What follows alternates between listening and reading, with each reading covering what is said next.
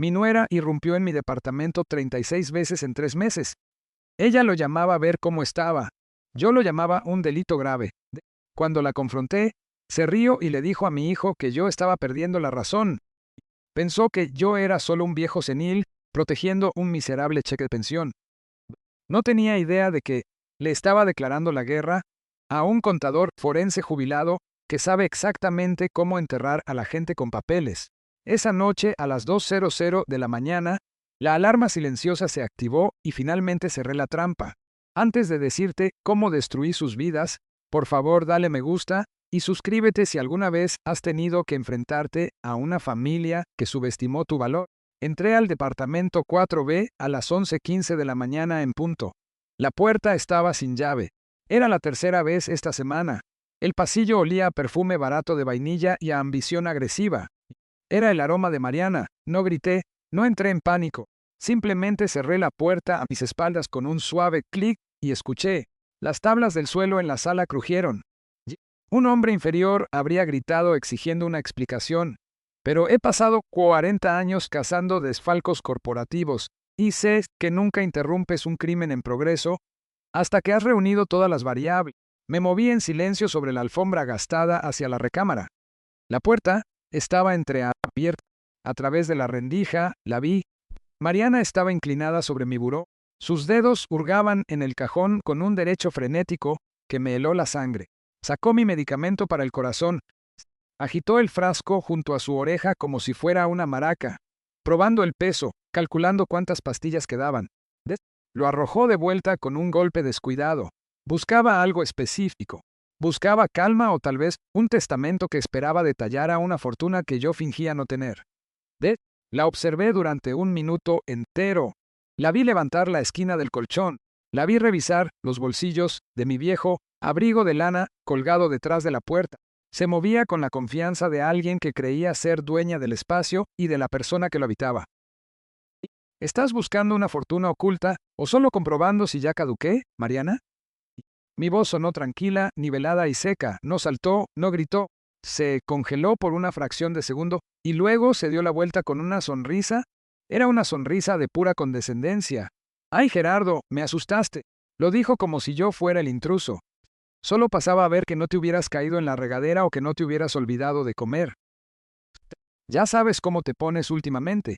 Confundido. Miré el cajón abierto. Miré el colchón que había movido. La miré a ella.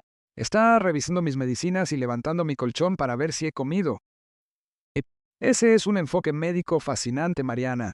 Tienes una llave que nunca te di. Esta es la 36ª vez que entras a este departamento sin permiso en 90 días. Mariana soltó una carcajada. Fue un sonido agudo y despectivo que rebotó en el tapiz descarapelado. 36 veces. Escúchate, Gerardo. Estás imaginando cosas otra vez. Bernardo me dijo que te estabas poniendo paranoico. Vengo a ayudarte a limpiar. Este lugar es un basurero. Si vas a ser un malagradecido, tal vez debería dejar de venir y dejar que te pudras. Pasó rozándome, golpeando mi hombro con una fuerza innecesaria.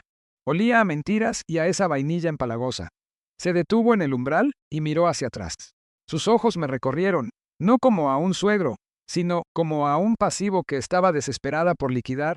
Deberías agradecerme, un hombre de tu edad viviendo solo en este barrio. Es irresponsable. Estás perdiendo la cordura, Gerardo. Todos lo ven, incluso Bernardo. Salió y dejó la puerta principal abierta de par en par. No le importaba si yo estaba a salvo. Quería que me sintiera inseguro. Quería que me sintiera expuesto. Caminé hacia la puerta y le eché llave. Mis manos no temblaban. Mi ritmo cardíaco se mantuvo estable. Estaba tratando de volver loco a un hombre que solía encontrar errores de puntos decimales en libros contables de miles de millones de dólares. Pensó que yo estaba perdiendo el control. No tenía idea de que apenas lo estaba apretando. Llamé a Bernardo esa noche. Le dije que era urgente. Llegó a las 6 en seso, con aspecto exhausto y oliendo a la comida rápida que tragó en su coche para evitar llegar a casa con Mariana. Mi hijo, el niño que yo había criado, para ser honesto, el hombre que se había convertido en una sombra de sí mismo. Se sentó en mi hundido sofá beige y se negó a hacer contacto visual. Puse mi libreta negra sobre la mesa de centro entre nosotros. Era un simple libro de contabilidad. Fecha, hora, usación de la entrada, artículos alterados. Léelo, Bernardo, le dije. Lo levantó y hojeó las páginas sin leer una sola palabra. Suspiró, un suspiro de gran sufrimiento que claramente había practicado. Papá, ya hablamos de esto. Mariana solo intenta ayudar. Está preocupada por ti. Se está metiendo a la fuerza, Bernardo. Está hurgando en mis cajones. Hoy buscaba dinero. Me dijo que me lo estaba imaginando. Me dijo que era un paranoico. Y ahora tú ni siquiera estás leyendo la evidencia. Bernardo dejó caer la libreta de vuelta en la mesa. Aterrizó con un golpe sordo. Porque no es evidencia, papá. Es una lista de tus delirios. Mariana me cuenta todo. Dice que a veces se olvidas quién es ella. Dice que la semana pasada encontró la estufa encendida. Dice que la llamaste por el nombre de mamá. Sentí un dolor frío y agudo en el pecho. No era mi condición cardíaca. Era darme cuenta de que mi hijo se había ido. Había sido reemplazado por esta criatura débil y arrepentida, que vendería la dignidad de su propio padre por una noche tranquila con su esposa. Nunca he dejado la estufa encendida. Nunca la he llamado Catalina. Tú lo sabes. Sabes que mi mente es aguda. Todavía hago el crucigrama dominical con pluma, Bernardo. Todavía cuadro mi propia chequera hasta el último centavo. ¿Por qué mientes por ella? Bernardo se puso de pie. Su rostro estaba enrojecido por una mezcla de ira y vergüenza. No estoy mintiendo. Estoy tratando de manejar una situación difícil. Tienes 71 años, papá. Vives en un departamento de renta congelada que huele a polvo. No tienes bienes. No tienes futuro. Estamos tratando de averiguar qué hacer contigo antes de que te lastimes. Mariana cree que deberíamos buscar asilos, lugares donde los profesionales puedan lidiar con tus episodios. ¿Episodios? La palabra quedó suspendida en el aire como humo tóxico. Estaban construyendo una narrativa. Estaban armando un caso legal por incompetencia. Si podían probar que yo era senil, podrían tomar un poder notarial. Podrían controlar el poco dinero que creían que yo tenía. Me puse de pie y miré a mi hijo a los ojos. Se encogió. No voy a ir a un asilo, Bernardo, y no estoy teniendo episodios. Te estoy diciendo que tu esposa es una ladrona y una mentirosa, y dejas que lo haga porque eres demasiado débil para enfrentarla. Bernardo agarró su chamarra. Ya no voy a escuchar esto.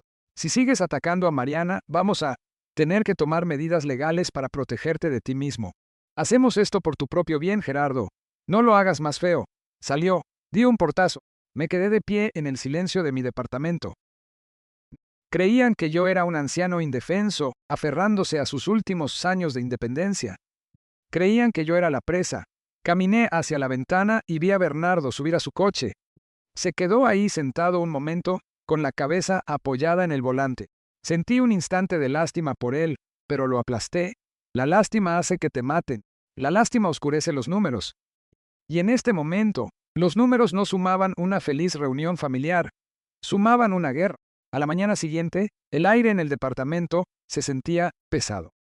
Me desperté con el instinto de un hombre que sabe que su perímetro ha sido vulnerado. Seguí mi rutina matutina, café negro, pan tostado seco. Me senté en mi escritorio, que en realidad era solo una mesa plegable en la esquina de la sala. Ahí guardaba una pila de carpetas.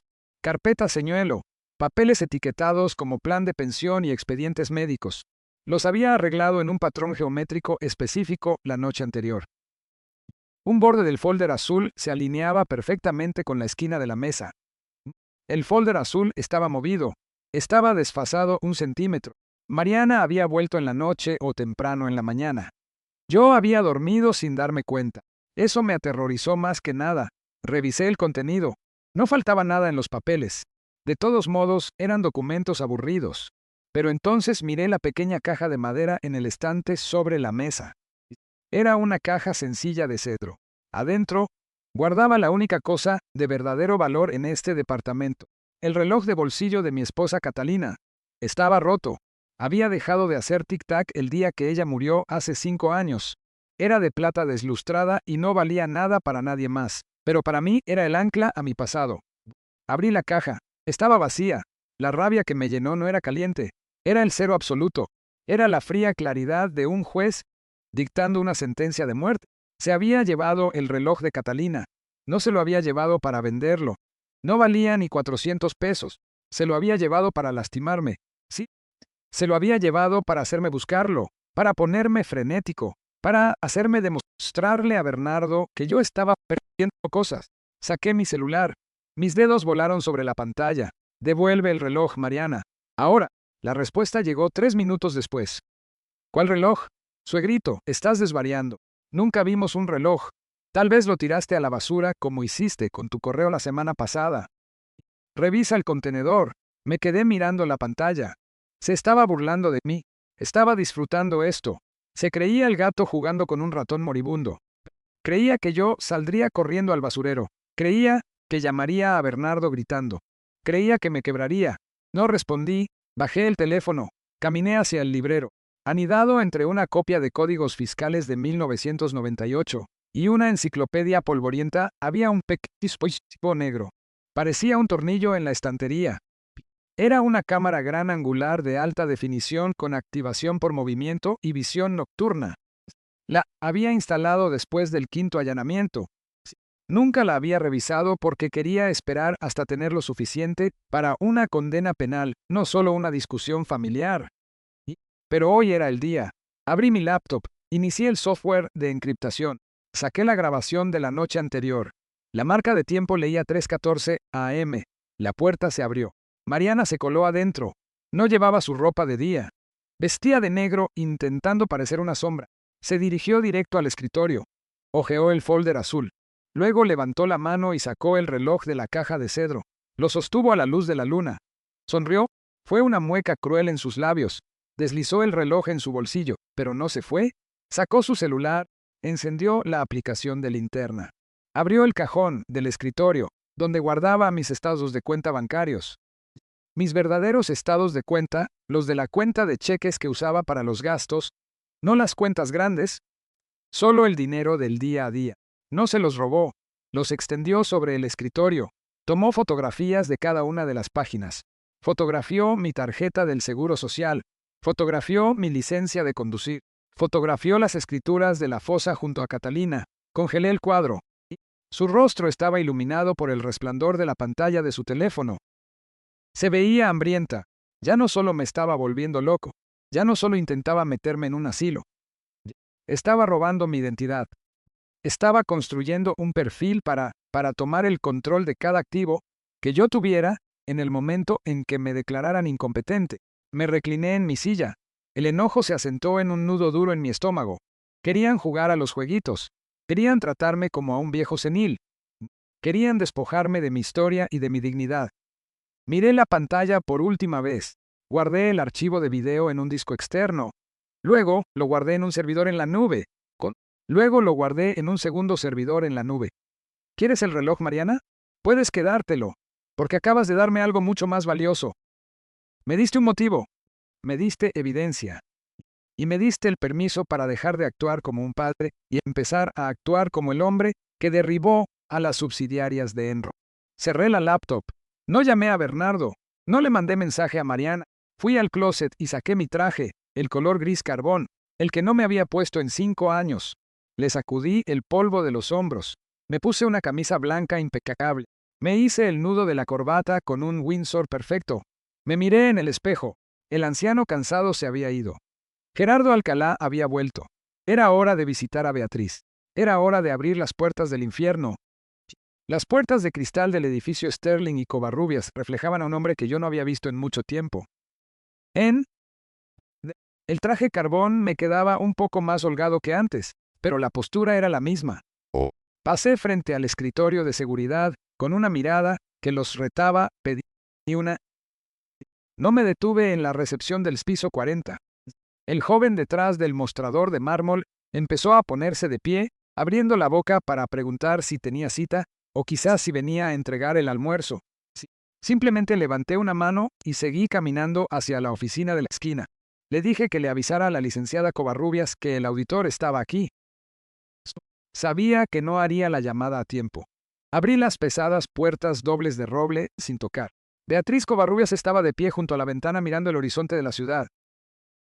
No se dio la vuelta de inmediato. Dio un sorbo a un vaso de cristal y dejó que el silencio se alargara. Beatriz tenía 60 años y una reputación que hacía llorar a directores generales en las declaraciones juradas. Era un tiburón en blusa de seda. Se giró lentamente. Sus ojos se entrecerraron y luego se abrieron solo una fracción. Hera. Dijo mi nombre como si fuera una historia de fantasmas. Escuché que te habías jubilado. Escuché que vivías la vida simple en un departamento sin elevador en el lado sur, dándole de comer a las palomas, viendo la televisión de día.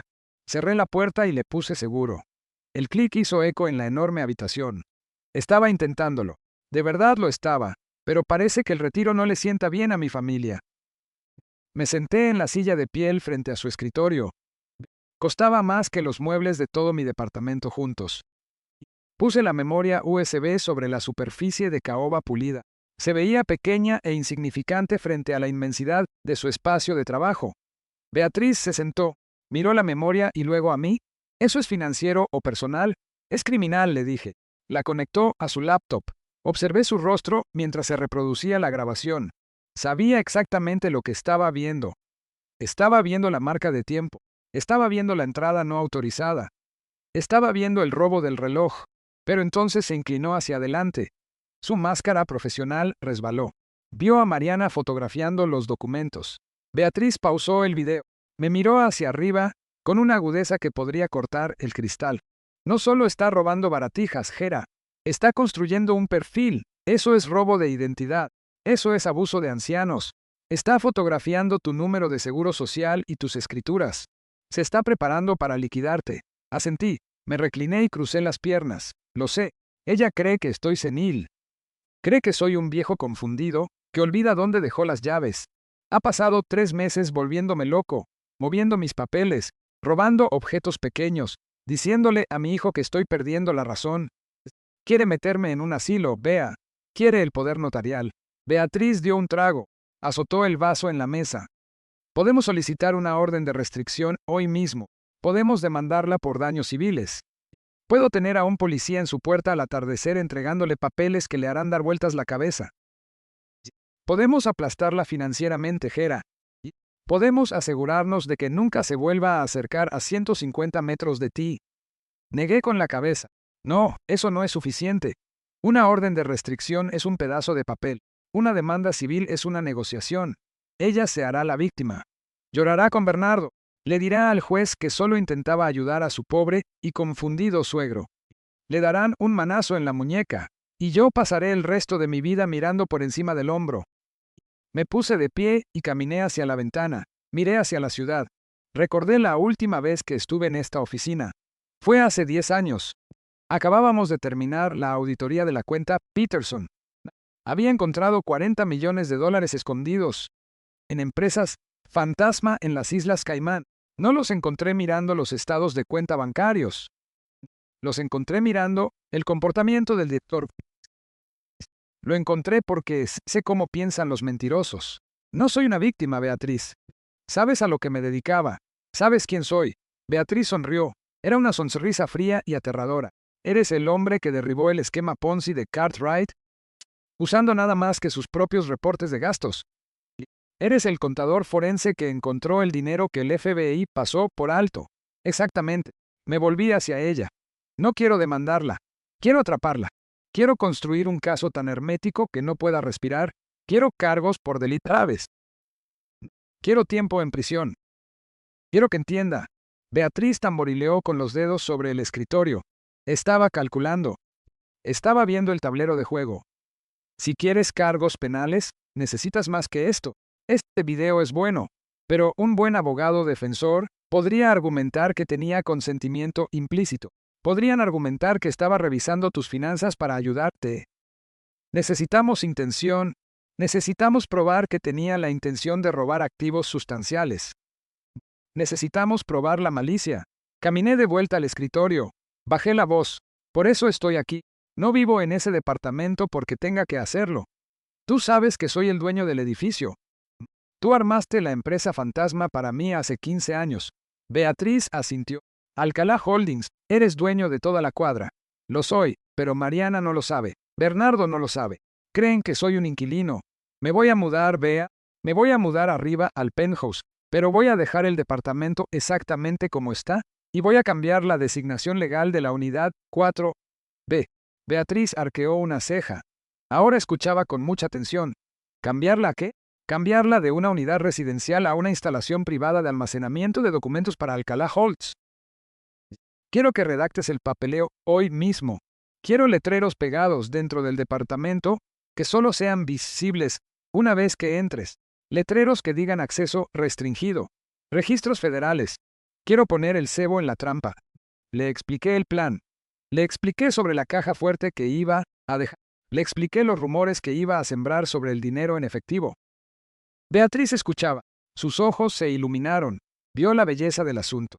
Si Mariana irrumpía en una casa para ver cómo estaba un anciano, era una disputa doméstica. Si irrumpía en una instalación de almacenamiento comercial para perforar una caja fuerte después de que se le negara el acceso, era hurto mayor y espionaje corporativo. Era un delito federal. Eres un hombre cruel, Gera, dijo Beatriz en voz baja. Soy un padre que acaba de darse cuenta de que crió a un cobarde y lo casó con una depredadora, respondí. He pasado mi vida encontrando la verdad en los números. Los números me dijeron que mi familia es insolvente moral financieramente. Solo estoy cerrando la cuenta. Beatriz abrió su laptop. Empezó a teclear. Redactaré el contrato de arrendamiento entre tú y la empresa controladora. Le pondremos fecha de vigencia de mañana. Notificaremos a la delegación que la unidad contiene datos financieros confidenciales.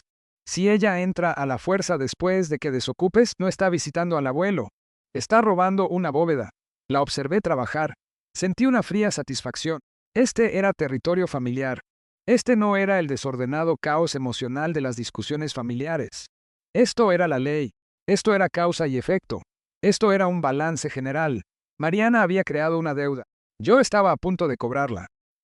Beatriz levantó la vista de la pantalla. ¿Qué hay de Bernardo? Es tu hijo, Gera. Si él está con ella cuando caiga, él también caerá. Sentí un tic en la mandíbula. Pensé en Bernardo sentado en mi sofá, negándose a mirar la evidencia. Pensé en él diciéndome que estaba teniendo episodios. Pensé en él eligiendo el camino de menor resistencia, porque le tenía miedo a su esposa. Le di una oportunidad, le mostré la libreta, le dije la verdad, él la eligió a ella. Si se para junto al fuego, se va a quemar. No puedo salvar a alguien que se niega a agarrar la cuerda. Beatriz asintió, lo entendía.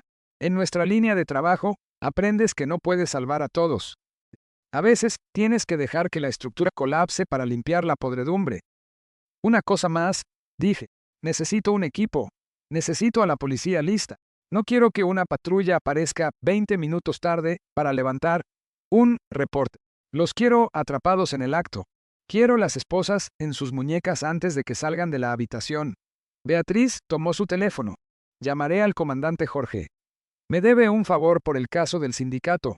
Odia a los ladrones, especialmente a los ladrones que se aprovechan de los ancianos. Apreciará la ironía.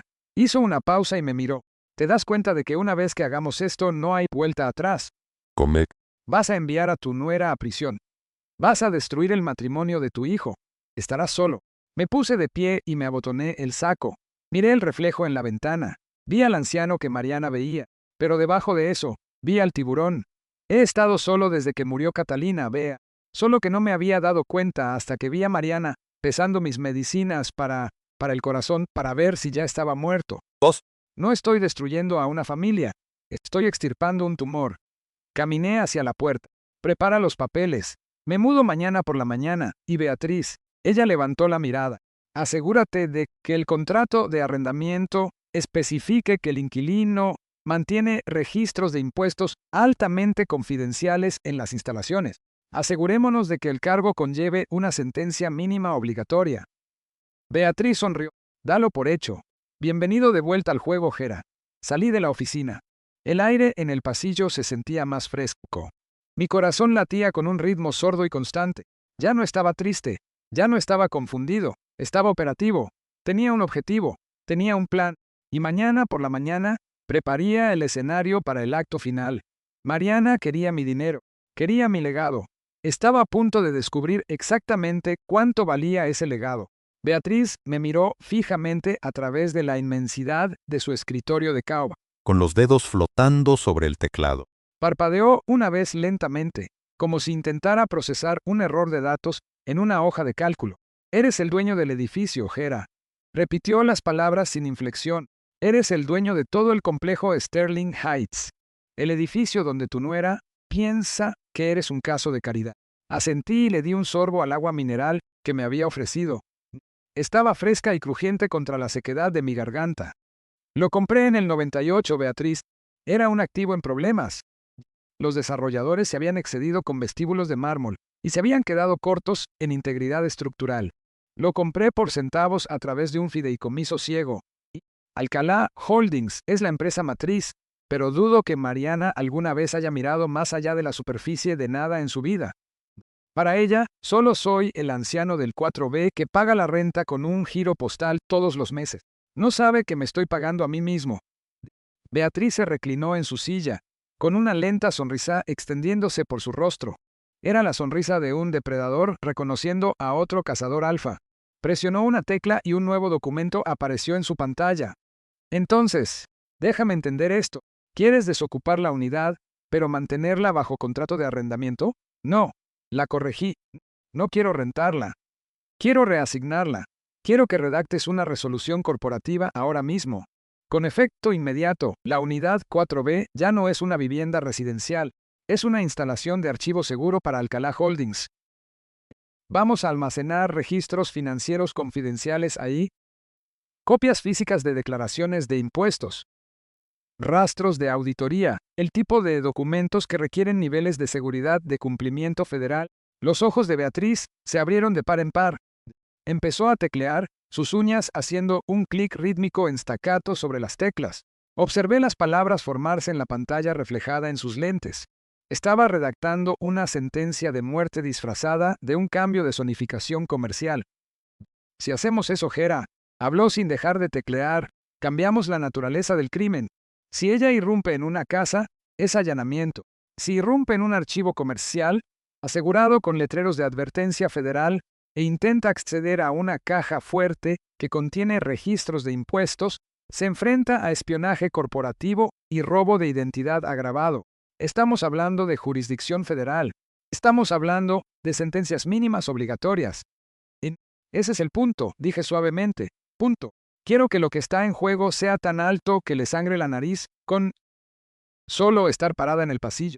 Quiero que incluyas una cláusula sobre secretos comerciales de propiedad exclusiva. Haz que la valoración de los documentos almacenados sea explícitamente clara. Si toca esa caja fuerte, quiero que la ley lo trate como si hubiera irrumpido en la reserva. Beatriz dejó de teclear. Giró su silla para mirarme. La diversión había desaparecido de su rostro, reemplazada por una dura gravedad profesional. Gera, escúchame. Esto es nuclear. Si entra a esa habitación con un desarmador y una mala actitud, no irá a la cárcel del condado por un fin de semana. Irá a prisión por una década. Y Bernardo, si él está sosteniendo la linterna o haciendo de vigía, cae como cómplice. Estás construyendo una trampa que podría destruir a tu hijo. Me puse de pie y caminé hacia la pared de diplomas detrás de su escritorio. Miré los títulos enmarcados, los premios, las fotos de ella, con gobernadores y senadores. Beatriz había construido un legado. Yo también había construido un legado.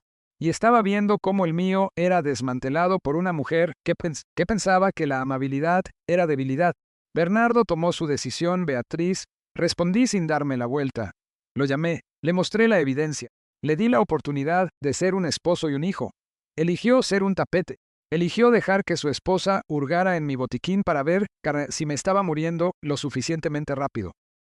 Si la sigue a esa habitación, no es una víctima. Es un voluntario. Me volví para mirarla. Mi voz bajó una octava. ¿Sabes lo que me dijo ayer, Bea? Me dijo que yo tenía suerte de que siquiera me visitara. Me dijo que yo era una carga. Me miró con unos ojos que calculaban mi patrimonio neto basándose en los muebles que yo fingía rentar. No solo quiere mi dinero, quiere borrarme, quiere declararme incompetente para poder firmar los cheques ella misma. Esto no es una broma, esto es defensa propia. Beatriz suspiró. Fue un sonido pesado que parecía cargar con el peso de 1000 acuerdos de culpabilidad. Se volvió hacia la pantalla y presionó la tecla Enter con un chasquido decisivo. Bien, la resolución está redactada. Alcalá Holdings designa la unidad 4B como una instalación de almacenamiento seguro nivel 3. Tendré los letreros impresos en 1 hora. Tienes que... Alta visibilidad. Advertencia. Acceso restringido. Solo personal autorizado. Imprimió el documento. La impresora láser zumbó en la esquina, escupiendo las páginas que sellarían el destino de Mariana. Ya. Beatriz me las entregó, aún calientes. Firma aquí como presidente de la Junta, y aquí como el inquilino que entrega el contrato. Firme. La tinta fluyó, suavemente. Se sintió como firmar un tratado para poner fin a una guerra larga y sangrienta. Ahora, dijo Beatriz, apilando los papeles cuidadosamente. Tenemos que hablar de la carnada. Dijiste que vas a dejar una caja fuerte.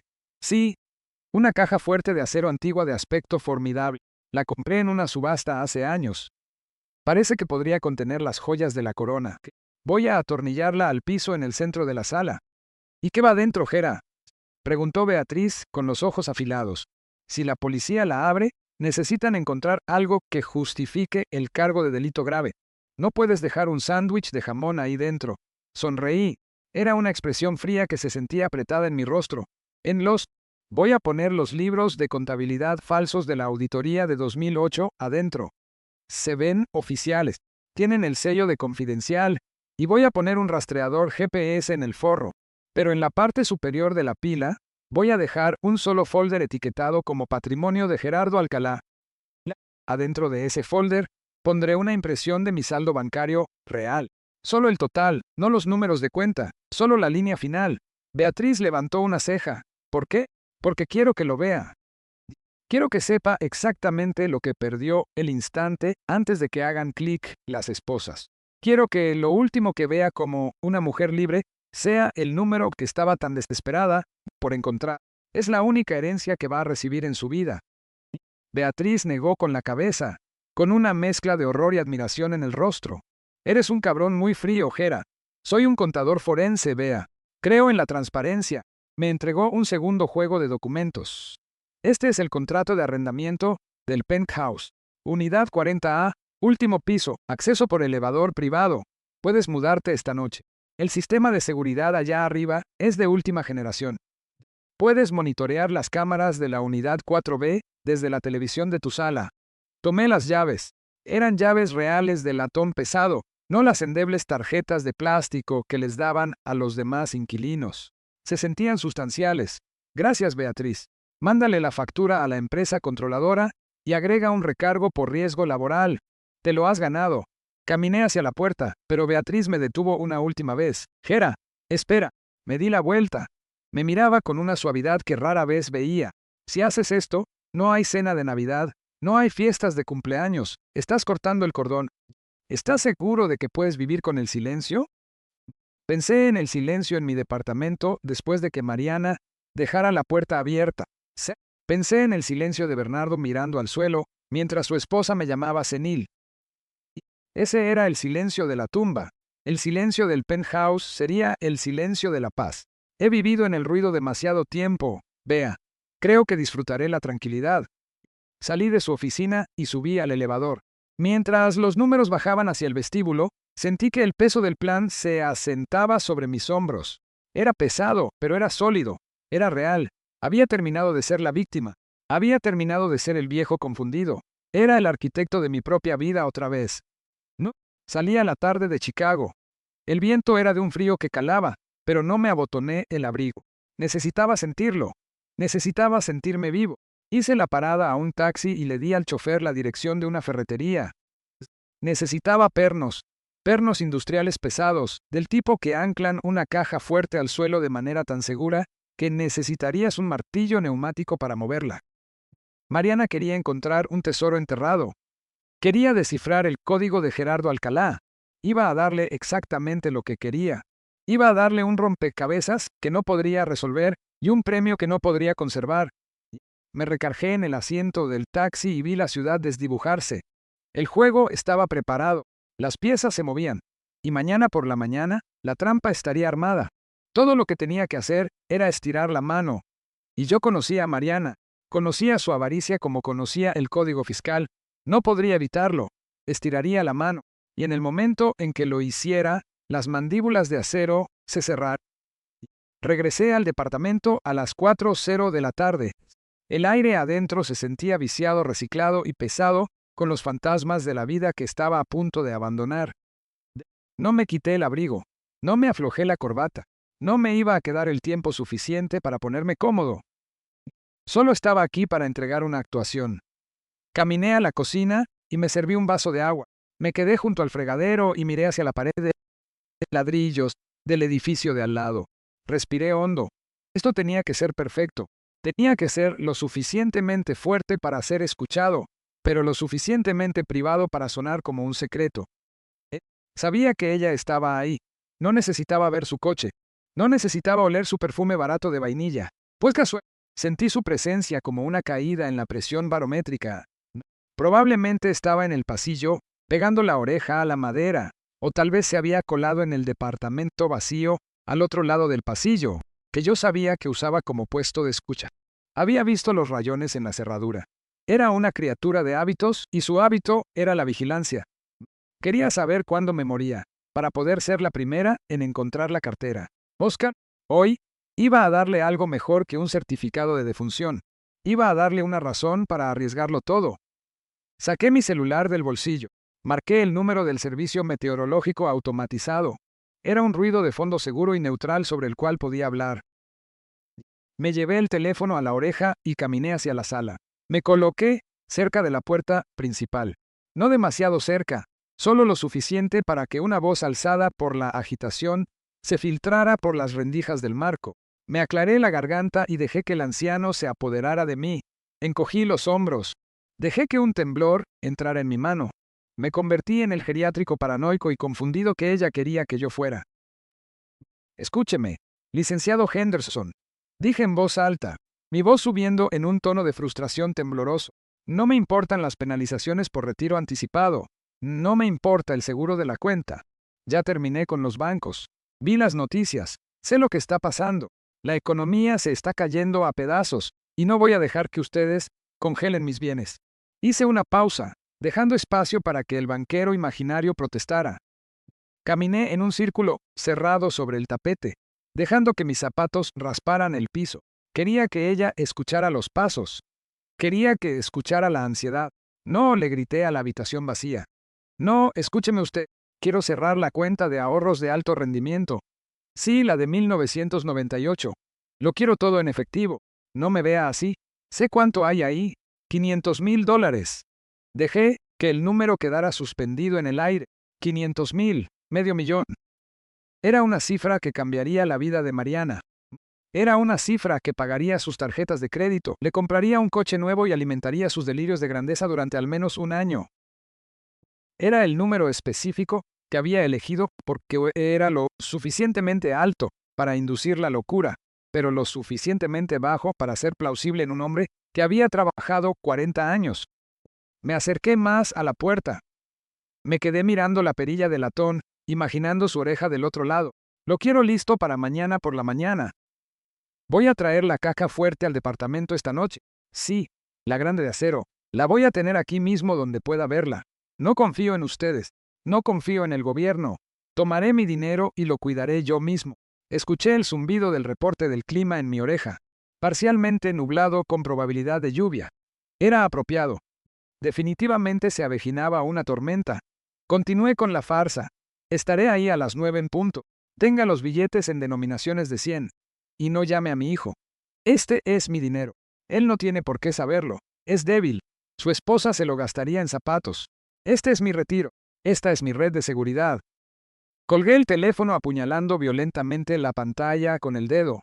Lo tiré sobre el cojín del sofá.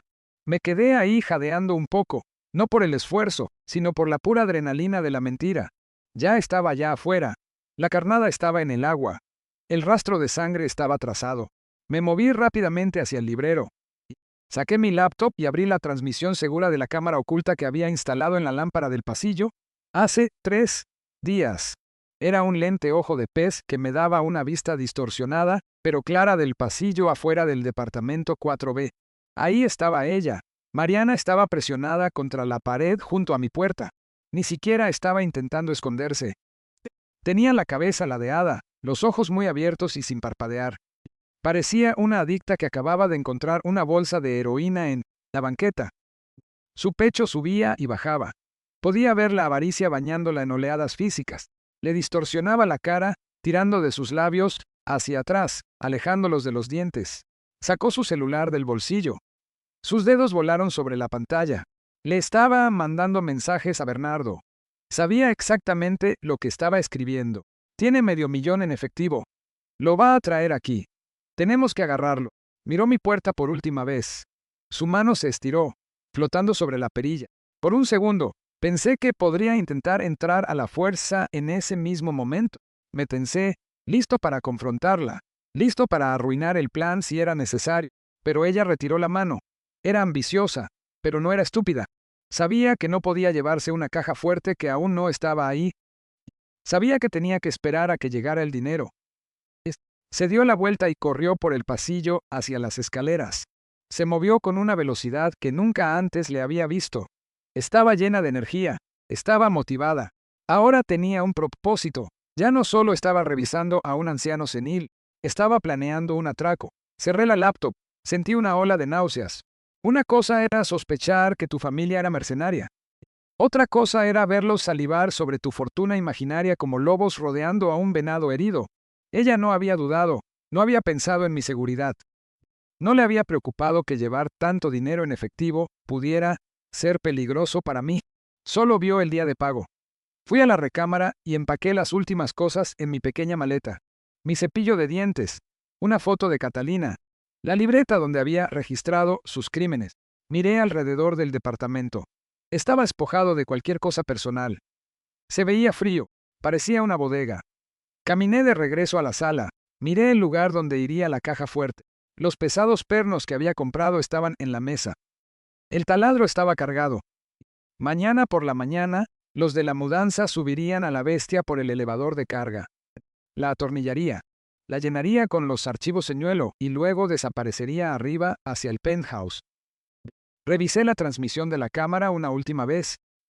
El pasillo estaba vacío, pero sabía que ella estaba allá afuera. Probablemente estaba en su coche gritándole a Bernardo, diciéndole que su barco finalmente había llegado. Probablemente estaba calculando cómo gastar el dinero antes de siquiera robarlo.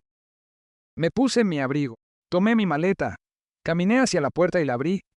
Salí al pasillo y cerré con llave detrás de mí. El clic del cerrojo sonó definitivo. No tomé el elevador. Subí por las escaleras. 1 piso, 2 pisos, 10 pisos. Necesitaba el ardor en las piernas. Necesitaba recordar que era fuerte. Para cuando llegué al piso 40, respiraba con dificultad, pero me sentía limpio. Pasé la llave en el vestíbulo del elevador privado del penthouse. Las puertas se abrieron, revelando un mundo de mármol, cristal y silencio. Caminé hacia los ventanales de piso a techo y miré hacia la ciudad. En algún lugar allá abajo en el laberinto de calles, Mariana estaba conspirando, estaba haciendo planes, estaba comprando herramientas. Que venga, le susurré al cristal. Me serví un vaso de whisky, escocés de reserva. Me senté en la silla M's que daba los monitores que había instalado en la pared. Una pantalla mostraba el pasillo del 4B. Otra mostraba el interior de la sala. La trampa estaba armada. El cebo estaba puesto. Di un sorbo al whisky. Quemaba agradablemente. Pensé en la llamada telefónica. Pensé en la mentira. $500,000. Era mucho dinero para la mayoría de la gente. Pero la lección que estaba a punto de enseñarle le iba a costar mucho más que eso. Le iba a costar su libertad. Observé el pasillo vacío en el monitor. El escenario estaba listo para el acto final. Me acomodé para esperar. La araña no caza a la mosca. La araña teje la red y espera a que la mosca se destruya a sí misma. Y Mariana volaba directo hacia el centro. Los de la mudanza llegaron a las 4:45 de la mañana. No eran los estudiantes universitarios desaliñados que contratas con pizza y cerveza para mover un futón. Estos eran hombres en la nómina de Alcalá Holdings. Llevaban overoles grises sin logotipos. Se movían con la silenciosa eficiencia de un equipo táctico. Me conocían solo como el presidente de la junta. No preguntaron por qué vivía en un departamento de una recámara que se caía a pedazos, con manchas de humedad en el techo. No preguntaron por qué necesitaba una caja fuerte de acero atornillada al piso de una habitación que estaba desocupando. Simplemente hicieron el trabajo. Me quedé en la esquina de la sala, bebiendo mi última taza de café de la máquina barata que Había comprado en una tienda de segunda mano. Los vi meter la caja fuerte sobre ruedas. Era una bestia. Una antigua Diebold de la década de 1920. Hierro negro ideales de latón, que pesaba casi 400 kilos. Parecía que pertenecía a la bóveda de un banco o a una película de cine negro. Parecía que guardaba secretos. Al centro de la habitación, les indiqué, atornillada a las vigas del piso. La quiero inamovible. Uno de los hombres sacó un taladro de impacto de uso rudo. El sonido de los pernos clavándose en el contrapiso fue un grito mecánico y violento que vibró a través de las suelas de mis zapatos. Era el sonido de una jaula cerrándose. Cuando terminaron, la caja fuerte se asentó ahí como un monolito. Dominaba la habitación son vacía. Gritaba valor, gritaba importancia. Caminé hacia ella, giré el dial. Los tambores hicieron clic con una precisión satisfactoria. Abrí la pesada puerta. El interior olía a aceite y a acero frío. Metí la mano en mi maletín y saqué el cebo. Primero, los libros de contabilidad falsos. Gruesos libros encuadernados en piel, llenos de filas de números, sin sentido que parecían increíblemente importantes para el ojo inexperto. Los apilé ordenadamente. Luego coloqué la pequeña caja negra en la esquina trasera. El rastreador GPS estaba activo. Parpadeaba con una luz roja, lenta y constante. Si esta caja fuerte se movía 1 centímetro, yo lo sabría. Finalmente, coloqué el folder Manila encima. Patrimonio de Gerardo Alcalá. Confidencial. Adentro estaba la única hoja de papel con el saldo de la cuenta. Era el queso en la ratonera. Cerré la puerta, giré el dial, la bloqueé, luego vinieron los letreros. Beatriz los había enviado por mensajería a altas horas de la noche.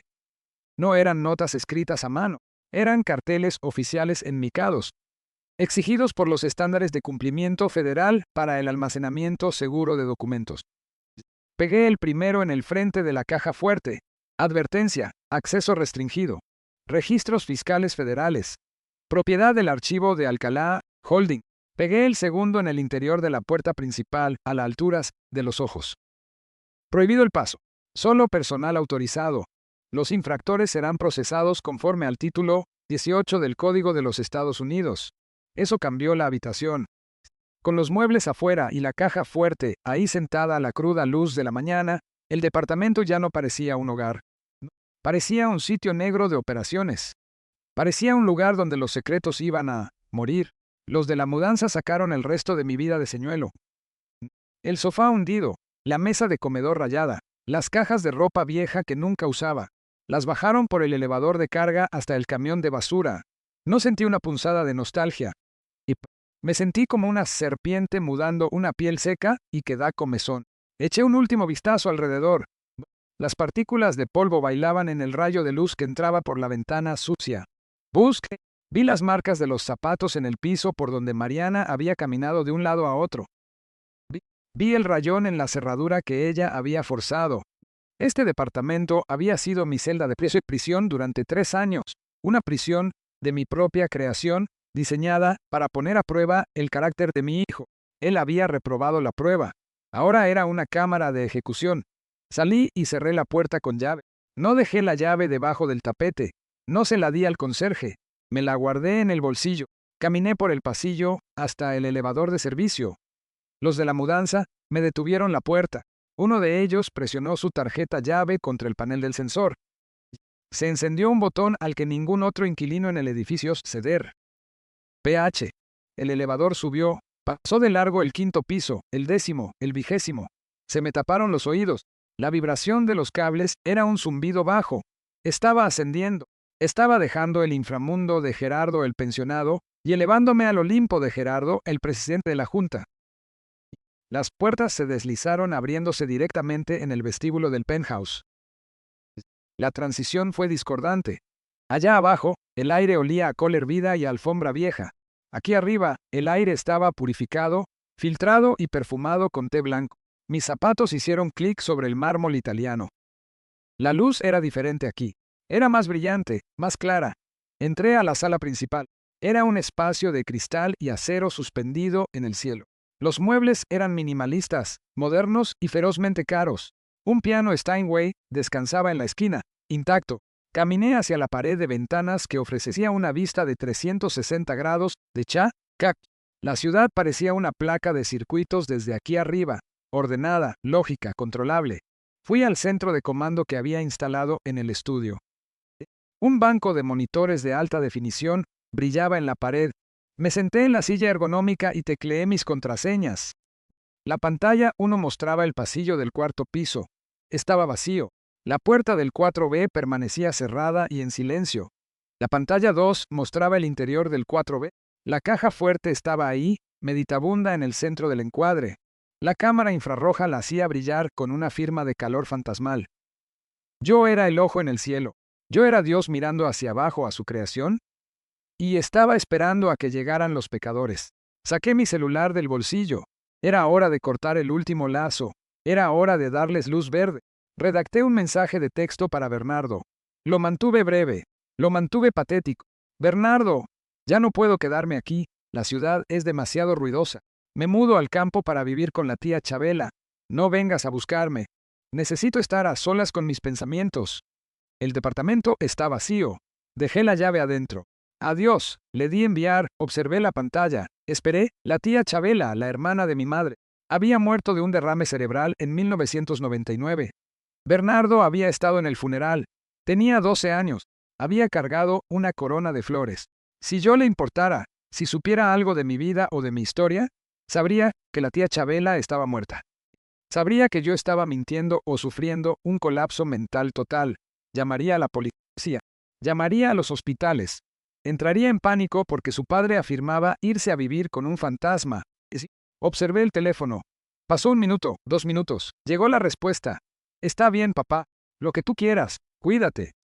No se acordaba o no le importaba. Solo vio una puerta abierta. Solo vio un obstáculo eliminándose a sí mismo. Dejé el teléfono sobre el escritorio de cristal. La vibración de la notificación apenas había cesado cuando vi movimiento en el monitor 1. Eran las 9:00 de la mañana. Las puertas del elevador en el cuarto piso se abrieron. Mariana salió. No estaba caminando. Prácticamente estaba corriendo. Llevaba ropa deportiva. Una sudadera con la capucha sobre la cabeza. Miró por encima del hombro. Miró hacia mi puerta. Bernardo salió a tropezones del elevador, detrás de ella, luciendo pálido y enfermo. Ella tenía el mensaje de texto. Sabía que yo me había ido. Creía que el departamento estaba vacío. Creía que el dinero estaba ahí sentado, esperándola. Me incliné hacia adelante en mi silla a 40 pisos por encima de ellos. Di un sorbo al espresso que la máquina automática acababa de preparar. Estaba amargo y caliente. Adelante, Mariana, le susurré a la pantalla. Toca. No tocó. Metió la mano en el bolsillo y sacó una llave. Una llave que no debería tener. Una copia de una copia. La metió a la fuerza en la cerradura. La giró. No dio vuelta. Yo había cambiado el cilindro hacía 3 horas. En la pantalla vi su rostro contorsionarse. Sacudió la manija, pateó la puerta, se volvió hacia Bernardo y gritó algo que no pude escuchar, pero pude leer sus labios perfectamente. Cambió las chapas, cambió las malditas chapas. Bernardo se puso las manos en la cabeza. Quería irse a casa, pero Mariana no se iba. Miraba fijamente la puerta como si pudiera quemar la madera con los ojos. Sacó su celular. Empezó a teclear.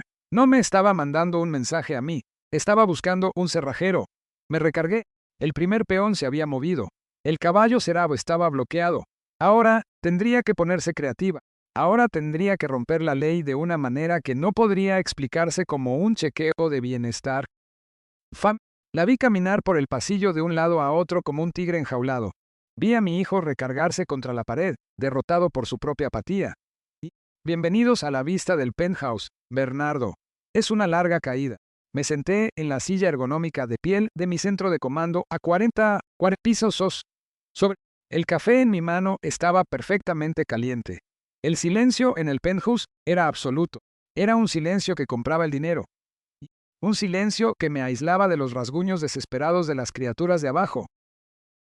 En el monitor central, la transmisión de la cámara del pasillo en el cuarto piso se reproducía en alta definición.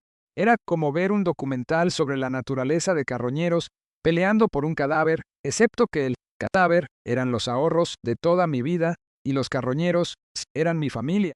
Mariana estaba vibrando. Esa es la única palabra para describirlo. Estaba parada frente a la puerta 4B, con las manos apretadas en punchos, a los costados. La llave que no había logrado girar seguía en su mano. Miraba la cerradura como si fuera un insulto personal. Miró la placa frontal de acero cepillado del nuevo cerrojo que yo había instalado. Era un Medeco Maxum, resistente al taladro, resistente a las ganzúas. Era una cerradura que decía no. Se volvió hacia Bernardo.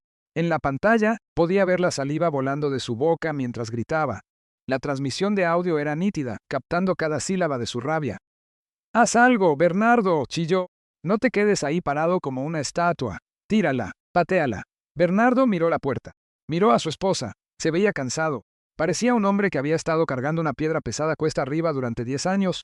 «No puedo tirarla a patadas, Mariana», dijo su voz, plana y desesperanzada. «Mírala. Es un pasillo sólido con marco de acero. Papá debe haberla reforzado». Dijo que estaba preocupado por la seguridad. Mariana soltó una carcajada.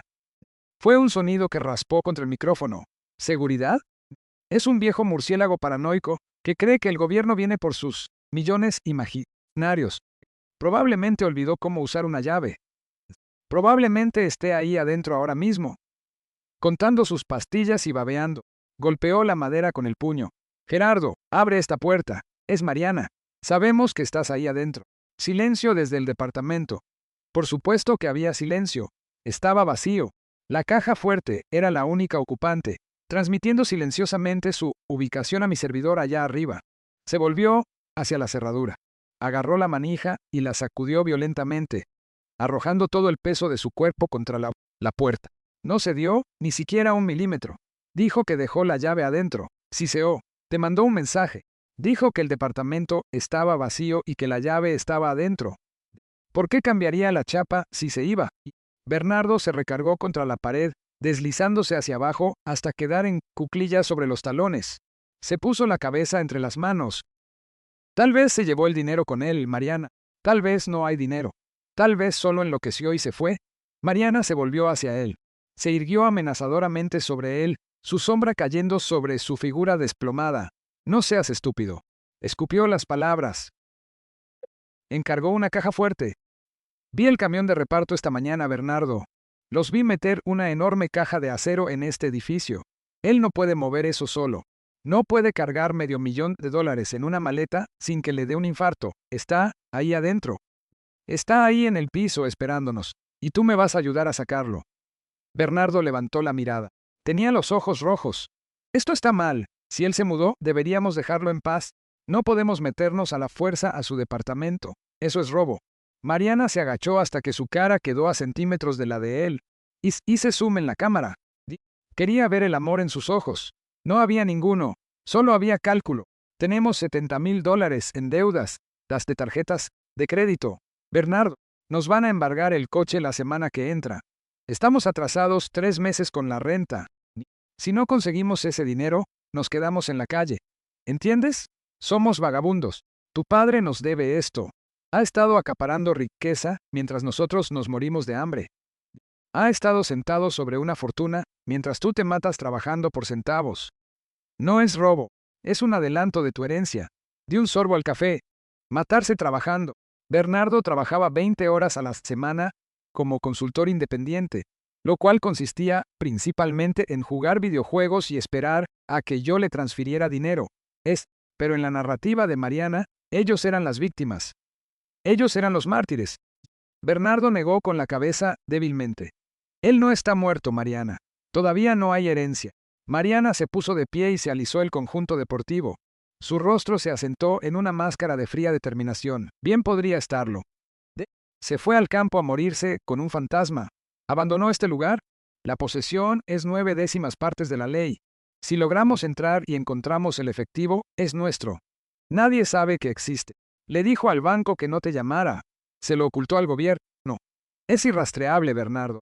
Es un montón de dinero fantasma y lo vamos a tomar. Sacó su celular otra vez. Empezó a deslizar el dedo por la pantalla. Llamé a un cerrajero hace 1 hora. Dijo que no lo tocaría sin prueba de propiedad. Cobarde.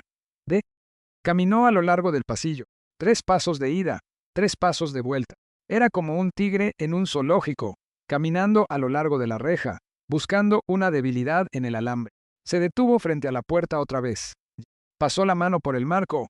buscando una llave escondida, buscando una bisagra suelta. Nada. Necesitamos herramientas, dijo de pronto. Bernardo levantó la vista. ¿Qué? Necesitamos una barreta, una pesada y unas cizallas. Y tal vez un taladro. Si no podemos abrir la cerradura, la destruimos. Regresamos en la noche, cuando el edificio esté en silencio. Cuando el conserje esté dormido. Bernardo se puso de pie. Se veía aterrorizado. Mariana, no. Eso es allanamiento de morada. Es un delito grave. Si nos atrapan, si no conseguimos ese dinero, mi vida se acaba, lo gritó.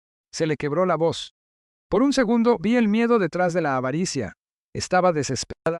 Había construido un castillo de naipes sobre cimientos de mentiras y gastos, y se estaba derrumbando. Necesitaba ese dinero, no solo para comprar cosas, sino para... Agarró a Bernardo por las solapas de la chamarra y lo empujó contra la pared. Tú me vas a ayudar. Vas a manejar a la ferretería. Vas a comprar las herramientas. Y esta noche vas a echar aguas mientras yo consigo lo que nos pertenece. O que Dios me ayude, Bernardo, te voy a dejar. Me iré y te dejaré con la deuda y la vergüenza y nunca más me volverás a ver. Bernardo se le quedó viendo. Vi a mi hijo sopesar su moralidad contra su miedo a la soledad.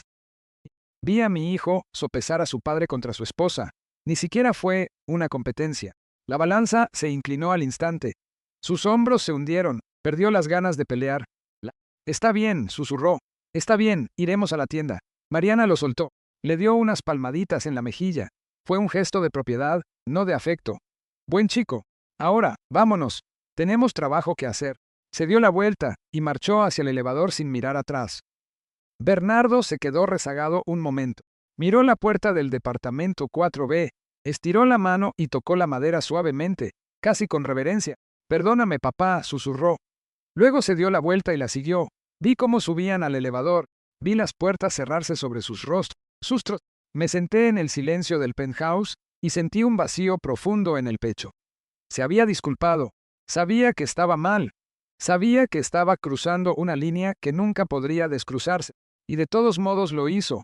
Lo sentía, pero iba a traer la barreta. Apagué el monitor del pasillo y cambié la pantalla principal al interior del departamento 4B. La caja fuerte estaba ahí sentada en la penumbra, su luz roja de GPS parpadeando lentamente como un latido. Bum, bum, bum. Los estaba esperando. La carnada estaba puesta. La trampa estaba cebada. Iban a la ferretería a comprar los instrumentos de su propia destrucción. Levanté mi teléfono y le marqué a Beatriz. Acaban de irse, dije, con voz firme. Van a comprar herramientas. Regresan esta noche. Dile al comandante que tenga a su equipo listo para las 2:00 a.m. Beatriz no preguntó cómo lo sabía. Sabía que yo estaba mirando. ¿Bernardo está con ella? Preguntó. Sí, dije. Él va manejando el coche. Hubo una pausa en la línea. Lo siento, Gera.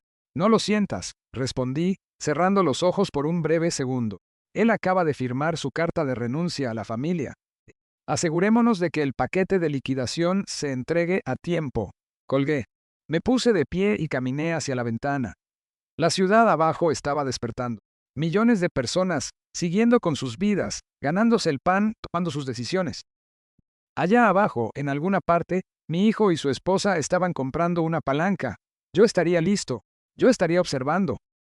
Y cuando rompieran ese sello, descubrirían que lo único que había en esa caja fuerte era la verdad.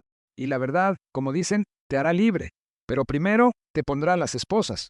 El sol comenzó a ocultarse detrás de los cañones de acero de la ciudad, proyectando largas sombras púrpuras por todo el piso del penthouse. Me senté en la oscuridad, iluminado solo por el resplandor azul frío del banco de monitores. No me había movido de la silla en horas. Era un centinela. Era un fantasma rondando mi propio edificio. El silencio aquí arriba era profundo, pero en la pantalla el drama se desarrollaba en un silencio granulado. A las 5:45, Mariana jugó su última carta antes de la violencia. Regresó al pasillo, no con una barreta, sino con un hombre en overoles grasientos que llevaba una pesada bolsa de herramientas. Un cerrajero, no uno de buena reputación. Hice una búsqueda rápida del logotipo en su camisa. Cerrajero al 24 horas, reseñas de una estrella. Conocido por cobrar de más y no hacer preguntas. Perfecto para Mariana. Hice zoom. Los vi discutir en el pasillo. Mariana gesticulaba salvajemente, señalando la puerta. Estaba tejiendo una mentira que casi podía escuchar a través de la pantalla. Mi padre está enfermo adentro. Se quedó encerrado. Perdimos la llave. El cerrajero parecía aburrido. Se arrodilló para inspeccionar la cerradura. Me incliné hacia adelante. Esta era la prueba de fuego. Había instalado un cerrojo Medeco Maxum. Es el tipo de cerradura que usan en las embajadas. Es resistente a ganzúas, resistente a taladros y aterradora para un aficionado. El cerrajero echó un vistazo a la ranura de la llave. Pasó el pulgar por la placa frontal de acero endurecido. Se puso de pie y negó con la cabeza. Lo vi articular las palabras. No puedo hacerlo. Mariana lo agarró del brazo. Sacó un fajo de billetes de su bolsa. Era mi dinero, probablemente retirado de un cajero usando lo último del límite de crédito. Intentó meterlo a la fuerza en el bolsillo de él. El cerrajero retrocedió. Señaló la cámara en la lámpara. La había visto. No era estúpido. Reconocía una configuración de seguridad de grado comercial cuando la veía. Sabía que irrumpir en una unidad asegurada como Fort Knox no valía 10,000 pesos. Recogió su bolsa y caminó hacia el elevador, dejando a Mariana parada allí con un puñado de billetes y una cara torcida de rabia impotente. Pateó la puerta. La pateó tan fuerte que pensé que podría romperse un dedo del pie. Luego se volvió hacia Bernardo, que estaba recargado en la pared de enfrente, con aspecto de un hombre esperando a un pelotón de fusilamiento. Le gritó algo. Él asintió, se subieron al elevador. La fase diplomática había terminado. Ahora venía la fuerza bruta. 2 horas después, regresaron. Esta vez, no venían con las manos vacías. Los vi batallar para sacar un paquete largo y pesado del elevador. Estaba envuelto en papel estraza, pero la forma era inconfundible. Una barreta de 90 centímetros. Una herramienta diseñada para demolición. Una herramienta diseñada para arrancar madera de los marcos y acero del concreto. Bernardo cargaba unas cizallas. Se veían pesadas en sus manos. Parecía un niño jugando a los soldados con armas de verdad. No fueron a la puerta de inmediato. Fueron a la unidad vacía al otro lado del pasillo. La había dejado sin seguro, sabiendo que la usaban como punto de reunión. Iban a esperar. Iban a esperar hasta que el edificio se durmiera, hasta que el conserje estuviera en su descanso, hasta que creyeran que el mundo no estaba mirando. Levanté el teléfono. Era hora de hacer la llamada. Marqué un número privado. Sonó 2 veces. Comandante, dije. Gerardo, La voz del otro lado era grava y humo. Jorge Montes, comandante de policía de la delegación. Habíamos jugado póker juntos todos los jueves durante 10 años antes de que Catalina se enfermara. Era un buen hombre que había visto demasiada maldad en el mundo. No he sabido de ti en un año. ¿Está todo bien? Miré el monitor. Miré la barreta recargada contra la pared en el departamento vacío al otro lado del pasillo. No, Jorge, no lo está, pero está a punto de estarlo. Tengo una situación en el edificio Sterling Heights. Le conté todo. No lo adorné. Le di los hechos, tal como solía darle los números al fiscal de distrito. Le hablé de los allanamientos. Le hablé del robo de identidad. Y le hablé de la caja fuerte y la trampa.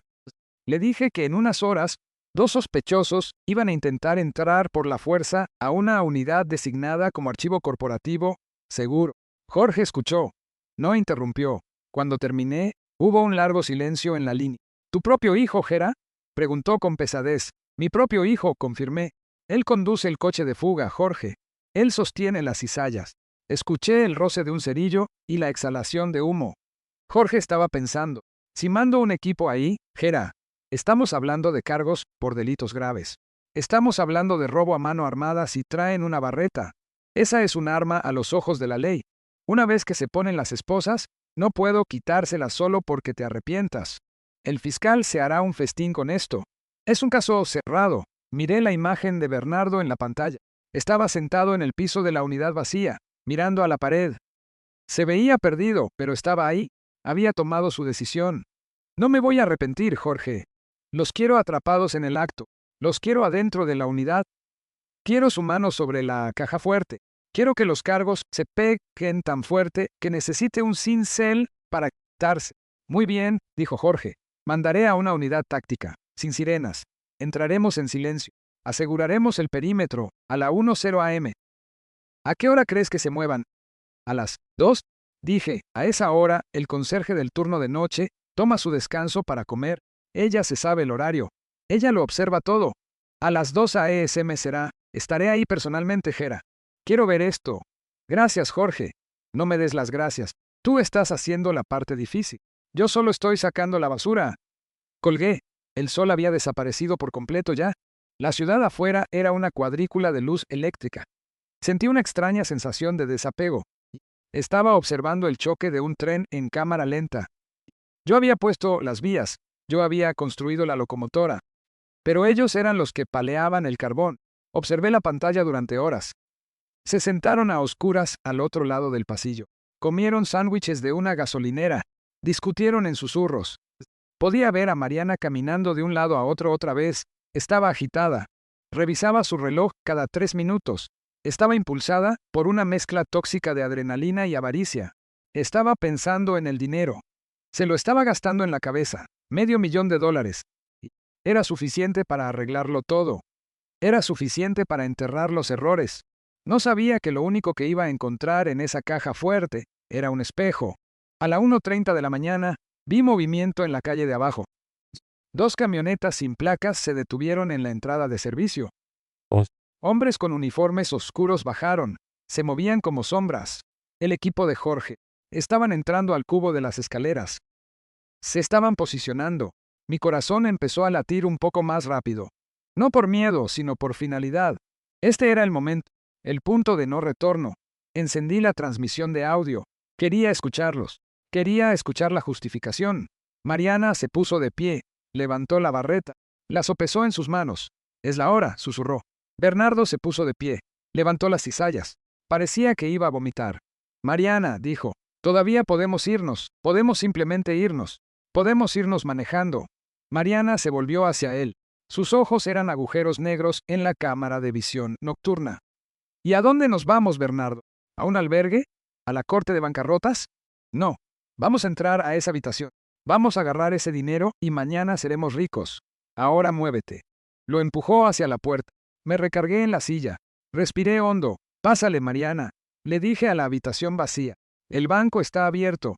El reloj digital en mi pared cambió a las 2:00 a.m. Era la hora del lobo. La hora en que la gente buena estaba dormida y la gente desesperada cometía errores que definirían el resto de sus vidas. En el monitor, el pasillo estaba bañado por la luz verde y granulada de la cámara de visión nocturna. La puerta de la unidad, vacía al otro lado del pasillo, se abrió lentamente. No fue un movimiento sigiloso. Fue el empujón pesado y reacio de un hombre que sabía que caminaba hacia un acantilado. Mariana salió primero. Llevaba guantes negros, del tipo que compras en paquete en una gasolinera. En su mano derecha agarraba la barreta. Era un trozo frío de acero hexagonal de 90 centímetros de largo, lo suficientemente pesado para matar a un hombre o separar una casa de sus cimientos. Se movía con una energía espasmódica y frenética. Su cabeza giraba a la izquierda, luego a la derecha, revisando el elevador, revisando por si aparecía el fantasma de un testigo. No había nadie. Solo la lente silenciosa de mi cámara, observando cada uno de sus tics. Bernardo la siguió. Llevaba las cizallas cruzadas sobre el pecho como una reliquia sagrada que temía dejar caer. Estaba sudando. Podía ver el brillo en su frente, incluso con poca luz. Miró a la cámara en la lámpara. Por un segundo, nuestros ojos se encontraron a través de la brecha digital. Él no me vio, pero yo lo vi a él. Vi al niño al que le había enseñado a andar en bicicleta. Vi al niño que había llorado cuando se le murió su pez dorado. Ahora era un hombre a punto de cometer un delito grave porque estaba demasiado aterrorizado para decirle que no a su esposa. Llegaron a mi puerta. Mariana no lo dudó, no tocó, no escuchó. Clavó el extremo plano de la barreta en el hueco entre la puerta y el marco. El sonido fue una mordida metálica aguda, que debió haber resonado como un disparo en el pasillo silencioso. Apoyó su peso en ella. La madera gimió. Fue un sonido seco y agudo de falla estructural. El cerrojo Medeco que yo había instalado era una obra maestra de la ingeniería. No se dejaba forzar con ganzúa, no se dejaba perforar, pero una cerradura es tan fuerte como la madera a la que está atornillada. Mariana no estaba atacando la cerradura, estaba atacando la arquitectura. Gruñó, un sonido de esfuerzo crudo y animal. Apoyó la bota contra la pared para hacer palanca y jaló. ¡Crack! El sonido llegó por las bocinas nítido y violento. El marco de la puerta se astilló. Un pedazo de moldura salió volando y golpeó la pared de enfrente. El cerrojo se mantuvo firme en la placa de la contra, pero la madera alrededor de la placa se arrancó. La puerta se abrió de golpe con un estruendo estremecedor, girando hacia adentro, hacia la oscuridad del departamento 4B. Se congelaron. Se quedaron parados en el umbral, respirando con dificultad, esperando un grito, esperando una sirena. Solo había silencio. El departamento era una boca negra esperando para tragárselos. Entra, siseó Mariana. Cruzaron el umbral. Instantáneamente, un letrero rojo parpadeó en la pantalla de mi monitor. Alarma silenciosa activada. Prioridad 1. Despacho notificado. No hubo sirena en el departamento, ni luces intermitentes. Esa era la belleza de una alarma silenciosa de grado comercial. Le daba al intruso una falsa sensación de seguridad. Le permitía adentrarse profundamente. Le permitía ponerse cómodo. Aseguraba que cuando llegara la policía, los sospechosos no saldrían huyendo. Estarían parados justo en el centro de la escena del crimen sosteniéndola. Cambié la vista de la cámara al interior de la sala. Los sensores infrarrojos pintaban la habitación en tonos de gris y blanco. Vi los haces de sus linternas cortar la penumbra. Barrieron salvajemente las paredes vacías, el piso desnudo, las partículas de polvo bailando en el aire. ¿Dónde están los muebles?, susurró Bernardo. Le temblaba la voz. Está vacío, Mariana. Se mudó. No se mudó, replicó Mariana. Su rayo de luz cortó a través de la habitación. Se está escondiendo. Está jugando jueguitos. Busca él. Su luz golpeó el centro de la habitación. Se detuvo. El haz iluminó la caja fuerte. Estaba ahí anclada al piso, negra e imponente, un monolito de acero y secretos. Se veía inamovible. Parecía que contenía la riqueza de las naciones. Mariana soltó un sonido que fue mitad jadeo, mitad gemido. Era el sonido de un adicto encontrando una vena. Corrió hacia ella. No caminó. Corrió. Dejó caer la barreta al suelo con un ruido metálico que vibró por toda la habitación. Cayó de rodillas frente a la caja fuerte. Pasó sus manos enguantadas por la fría cara de metal. Tocó el dial. Tocó la manija. Premio mayor, susurró. Su voz temblaba con una euforia maniática. Está aquí. De verdad está aquí. $500,000. Bernardo, mírala. Es enorme. Bernardo se acercó lentamente. El rayo de su linterna vaciló. Barrió el frente de la caja fuerte. Iluminó el letrero laminado rojo brillante que yo había pegado ahí horas atrás. Advertencia. Acceso restringido. Registros fiscales federales. Propiedad del archivo de Alcalá Holdings. Mariana, dijo Bernardo, con la voz tensa por el miedo. Mira el letrero. Dice registros federales. Dice Alcalá Holdings. Esta no es la caja fuerte personal de papá. Esto parece corporativo. Mariana arrancó el letrero. Lo partió a la mitad y lo arrojó sobre su hombro. El papel revoloteó hasta el suelo como hojas muertas. Señuelos. Escupió. Es un truco, Bernardo. Puso eso ahí para asustarnos. Quiere que creamos que es oficial para que no la toquemos. Es solo un espantapájaros. El dinero está adentro, lo sé. Puedo sentirlo. Agarró la manija y la jaló. Con seguro. Por supuesto que tenía seguro. Dame el taladro, ordenó. Extendió la mano sin mirarlo. Bernardo no se movió. Ahora estaba apuntando su luz por la habitación, viendo los otros letreros que yo había colocado. Prohibido el paso. Solo personal autorizado. Esto se siente mal, Mariana. ¿Por qué el departamento está vacío? ¿Por qué hay letreros? Esto es una trampa. Tenemos que irnos. Mariana se puso de pie. Encendió la linterna sobre él, cegándolo. No nos vamos a ir. Vamos a taladrar esta chapa. Vamos a tomar ese dinero. Y vamos a vivir la vida que merecemos. Dame el maldito taladro. Bernardo bajó la cabeza. Metió la mano en la bolsa que llevaba colgada del hombro y sacó un taladro inalámbrico de uso rudo con broca de carburo.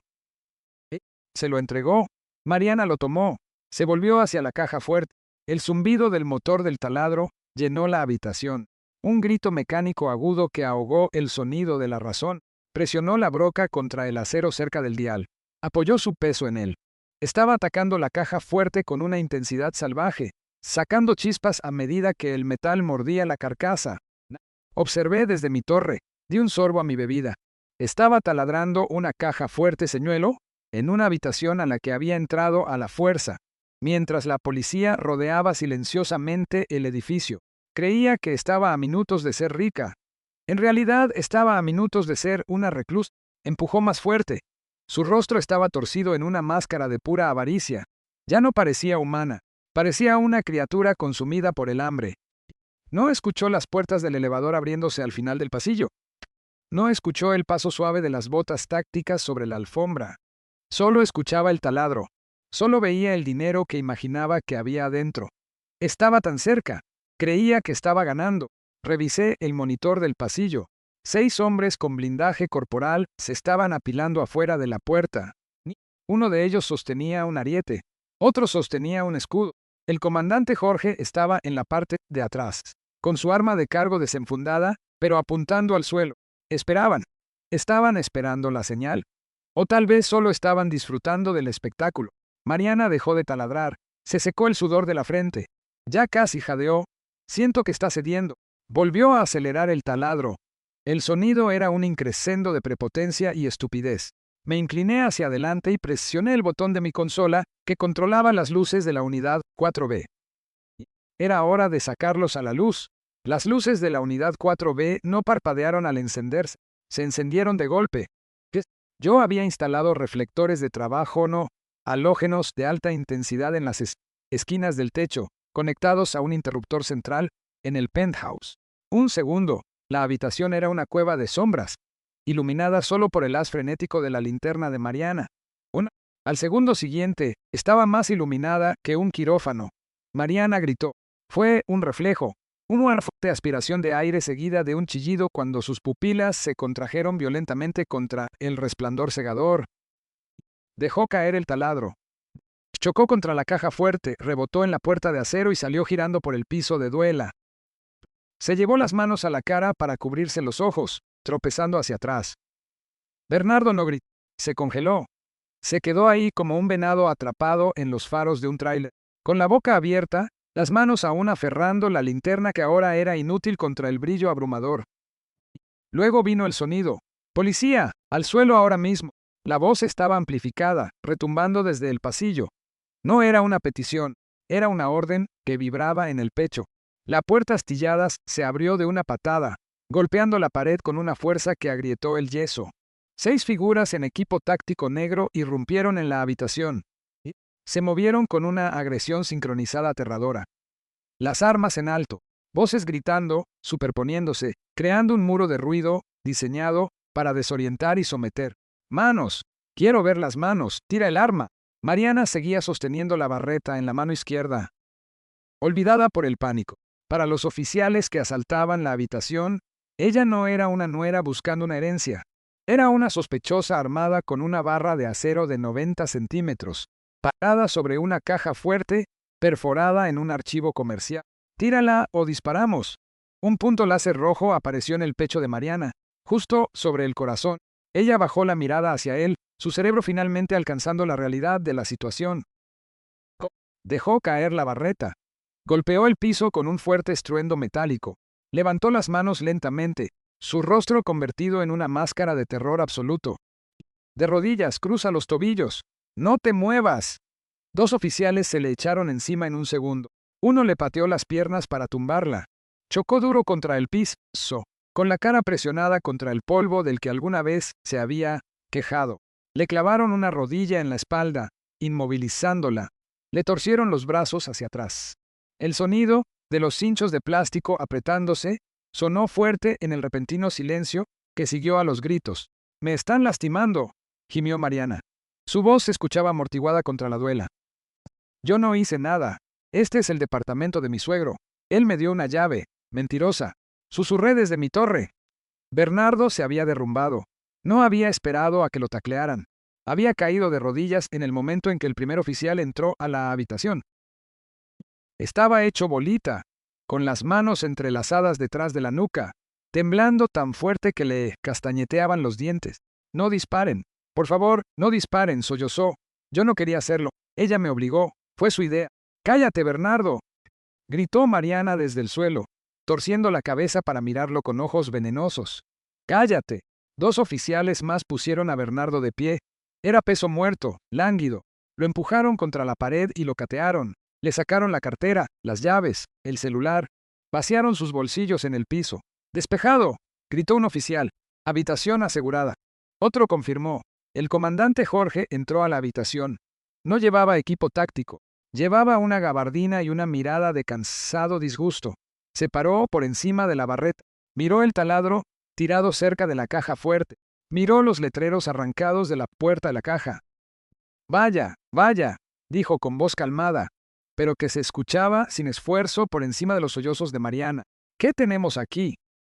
Allanamiento de morada, posesión de herramientas de robo, intento de hurto mayor y, a juzgar por los letreros que destruyeron, alteración de registros federales. Ese es un bonito extra. Miró hacia abajo a Mariana.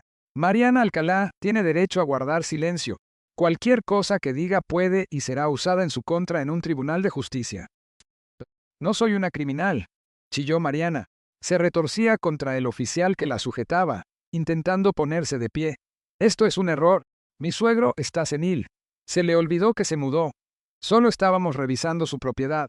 ¿Revisando su propiedad con un taladro y una barreta a las 2 de la mañana? Preguntó Jorge, levantando una ceja. Esa es nueva. Es su dinero, gritó ella.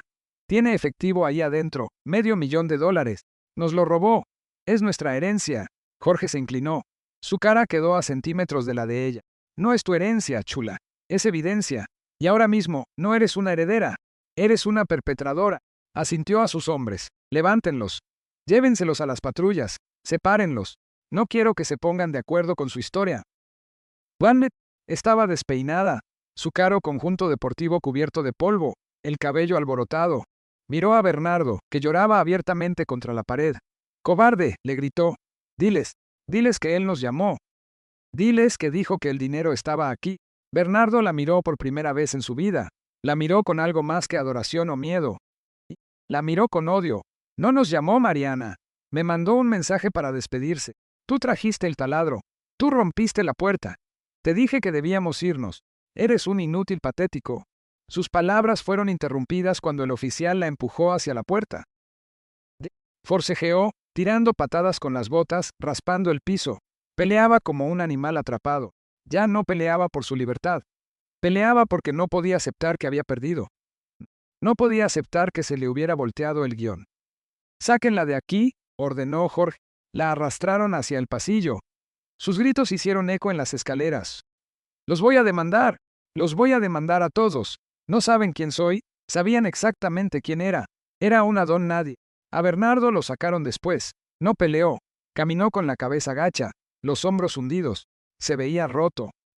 Parecía un hombre que se había despertado de un largo sueño para descubrir que estaba en una pesadilla. Al pasar frente a la cámara de la lámpara, levantó la vista. Se detuvo. Miró fijamente al lente. «Papá», susurró. El oficial lo empujó hacia adelante. «Sigue caminando, hijo». La habitación estaba vacía ahora, excepto por la policía. Jorge se quedó de pie en el centro del caos, mirando a su alrededor. Miró el marco destrozado de la puerta. Miró la broca del taladro rota en el dial de la caja fuerte. Miró hacia la cámara en la esquina del techo. Asintió una vez. Era una señal. Despejado. Apagué el monitor en el penthouse. Me senté en silencio por un momento.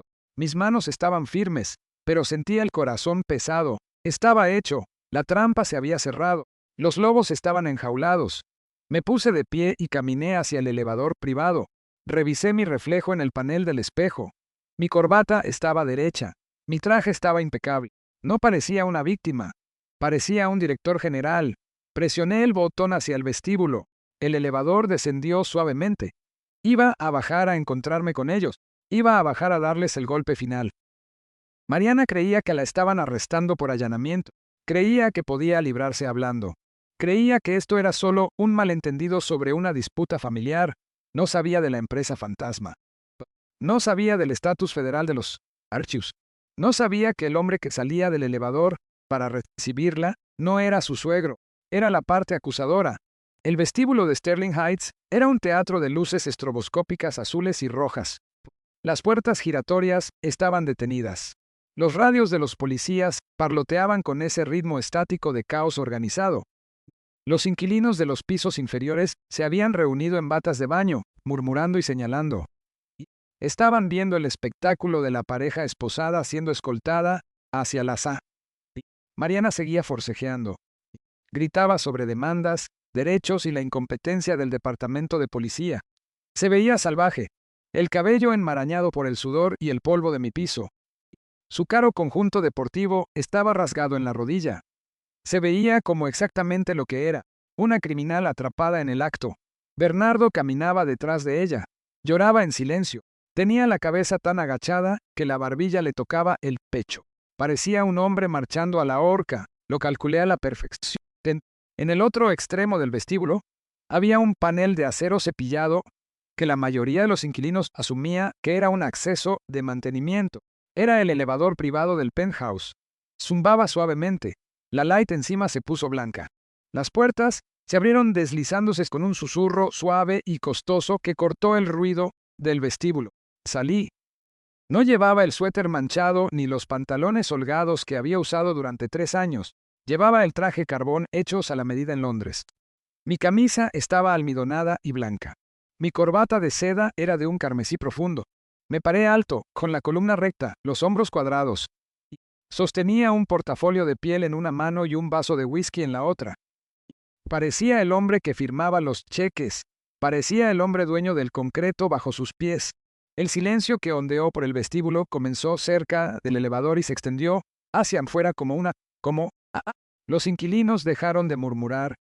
Los oficiales de policía que no estaban ocupados sujetando a los sospechosos se irguieron. Mariana me vio. Dejó de pelear, abrió mucho los ojos.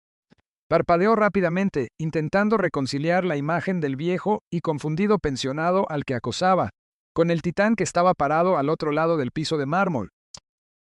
Gerardo jadeó. Tenía la voz ronca de tanto gritar. Gerardo, diles quién soy. Diles que esto es un error. Diles que me diste permiso. Se abalanzó hacia adelante, arrastrando al oficial que le sostenía el brazo unos centímetros antes de que él la jalara hacia atrás. Papá. Bernardo levantó la vista. Tenía el rostro surcado de lágrimas y mugre. Papá, por favor ayúdanos. No me moví hacia ellos. No me apresuré a consolarlos. Caminé lentamente hacia el centro del salón. Mis zapatos hicieron clic en el mármol. Un sonido agudo y autoritario. Me detuve a 1,5 metros de ellos. Di un sorbo a mi bebida. Miré a Mariana, no con enojo, sino con el desapego clínico de un auditor examinando un libro contable fraudulento. Permiso, dije.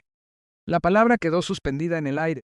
Mi voz sonó profunda, constante y completamente desprovista del temblor que había fingido durante meses. Cetrados. Afirmas que te di permiso usar una barreta en una puerta reforzada a las 2 de la mañana. Afirmas que te di permiso para taladrar una caja fuerte marcada como registros federales. Mariana se encogió. Escuchó el cambio en mi voz. Vio la claridad en mis ojos. La niebla de senilidad de la que ella dependía había desaparecido. Tú estás bien, tartamudeó. No estás confundido, sonreí. Era la sonrisa de un tiburón que acaba de probar sangre en el agua. Nunca he estado confundido, Mariana. He sido paciente. Hay una diferencia. El comandante Jorge se acercó a mí. Enfundó su arma. Asintió respetuosamente. Señor Alcalá, aseguramos a los sospechosos dentro de la sala de archivos. Habían vulnerado la puerta exterior e intentaban vulnerar la unidad de contención. Tenemos las herramientas y la evidencia. Tenemos la transmisión de video que usted proporcionó. Es una captura limpia. Mariana nos miró a los dos alternadamente. Su cerebro estaba fallando. Señor Alcalá, susurró. ¿Por qué lo llama así? ¿Por qué le habla así? Solo eres un inquilino. Vives en el 4B. Eres un don nadie. Le pasé mi vaso a un oficial que pasaba y que lo tomó instintivamente. Me acerqué a Mariana. Quería que viera las costuras de mi solapa. Quería que oliera el costoso whisky. No vivo en el 4B, Mariana. Yo monté el 4B. Vivo en el penthouse. He vivido ahí durante 15 años. Hice un gesto alrededor del vestíbulo con un movimiento amplio de la mano. No pago renta aquí. La cobro. Soy el presidente de Alcalá Holdings. Soy dueño de este edificio. Soy dueño del edificio Slazo. Soy dueño del parque corporativo donde tu esposo jugaba a trabajar. Bernardo emitió un sonido como el de un animal moribundo. Volvió a caer de rodillas, arrastrando a los oficiales con él. Eres el dueño, logró articular. Tienes dinero, tienes millones, y nos dejaste vivir así, nos dejaste batallar. Miré a mi hijo. La decepción era una piedra fría en mi estómago. Te dejé vivir como un hombre, Bernardo. Te di una educación. Te di un comienzo libre de deudas. Te di la oportunidad de construir tu propia vida. En cambio, te casaste con una mujer que mide el amor en límites de crédito y decidiste que era más fácil robarle a tu padre que trabajar para ganarte la vida. Me volví hacia Mariana. Negaba lentamente con la cabeza de un lado a otro. No, esto es un truco. Esta es otra de tus alucinaciones. Eres pobre, eres viejo. No puede ser esto. Saqué un documento de mi portafolio de piel. Era la orden judicial fresquecita que Beatriz había redactado. Tenía el sello del Tribunal de Distrito Federal. Esto no es una alucinación, Mariana. Es una denuncia federal. Verás, cuando entraste a la fuerza, a la unidad 4B, no entraste a una residencia privada. Entraste a una instalación de archivo corporativo designada que alberga datos financieros confidenciales y registros fiscales federales. Levanté el papel para que pudiera leer el encabezado. Eso lo convierte en espionaje corporativo. Eso lo convierte en robo de identidad agravado. Eso lo convierte en un delito federal con una sentencia mínima obligatoria que garantizará que seas una anciana para cuando veas el exterior de una celda. Mariana leyó el papel. Su rostro se puso gris. La arrogancia se esfumó de ella, dejando solo un terror hueco. Pero somos familia, susurró. ¿No puedes mandar a tu familia a una prisión federal? Me acerqué mucho. Dejaste de ser familia en el momento en que hurgaste en mi botiquín para ver cuándo me moría. Dejaste de ser familia cuando le dijiste a mi hijo que me metiera a un asilo para poder comprarte un coche nuevo. Esta noche solo eres una intrusa, y yo solo soy el hombre que presenta los cargos. Miré a Jorge. Lléveselos, comandante. Tengo una reunión con mis abogados en la mañana para discutir el desalojo de su departamento. Espera, gritó Mariana mientras la arrastraban hacia atrás. Espera, Gerardo. Papá, perdóname. Podemos arreglar esto. Firmaré lo que sea. No hagas esto. Sus gritos eran fuertes, penetrantes y completamente inútiles. La arrastraron por las puertas giratorias.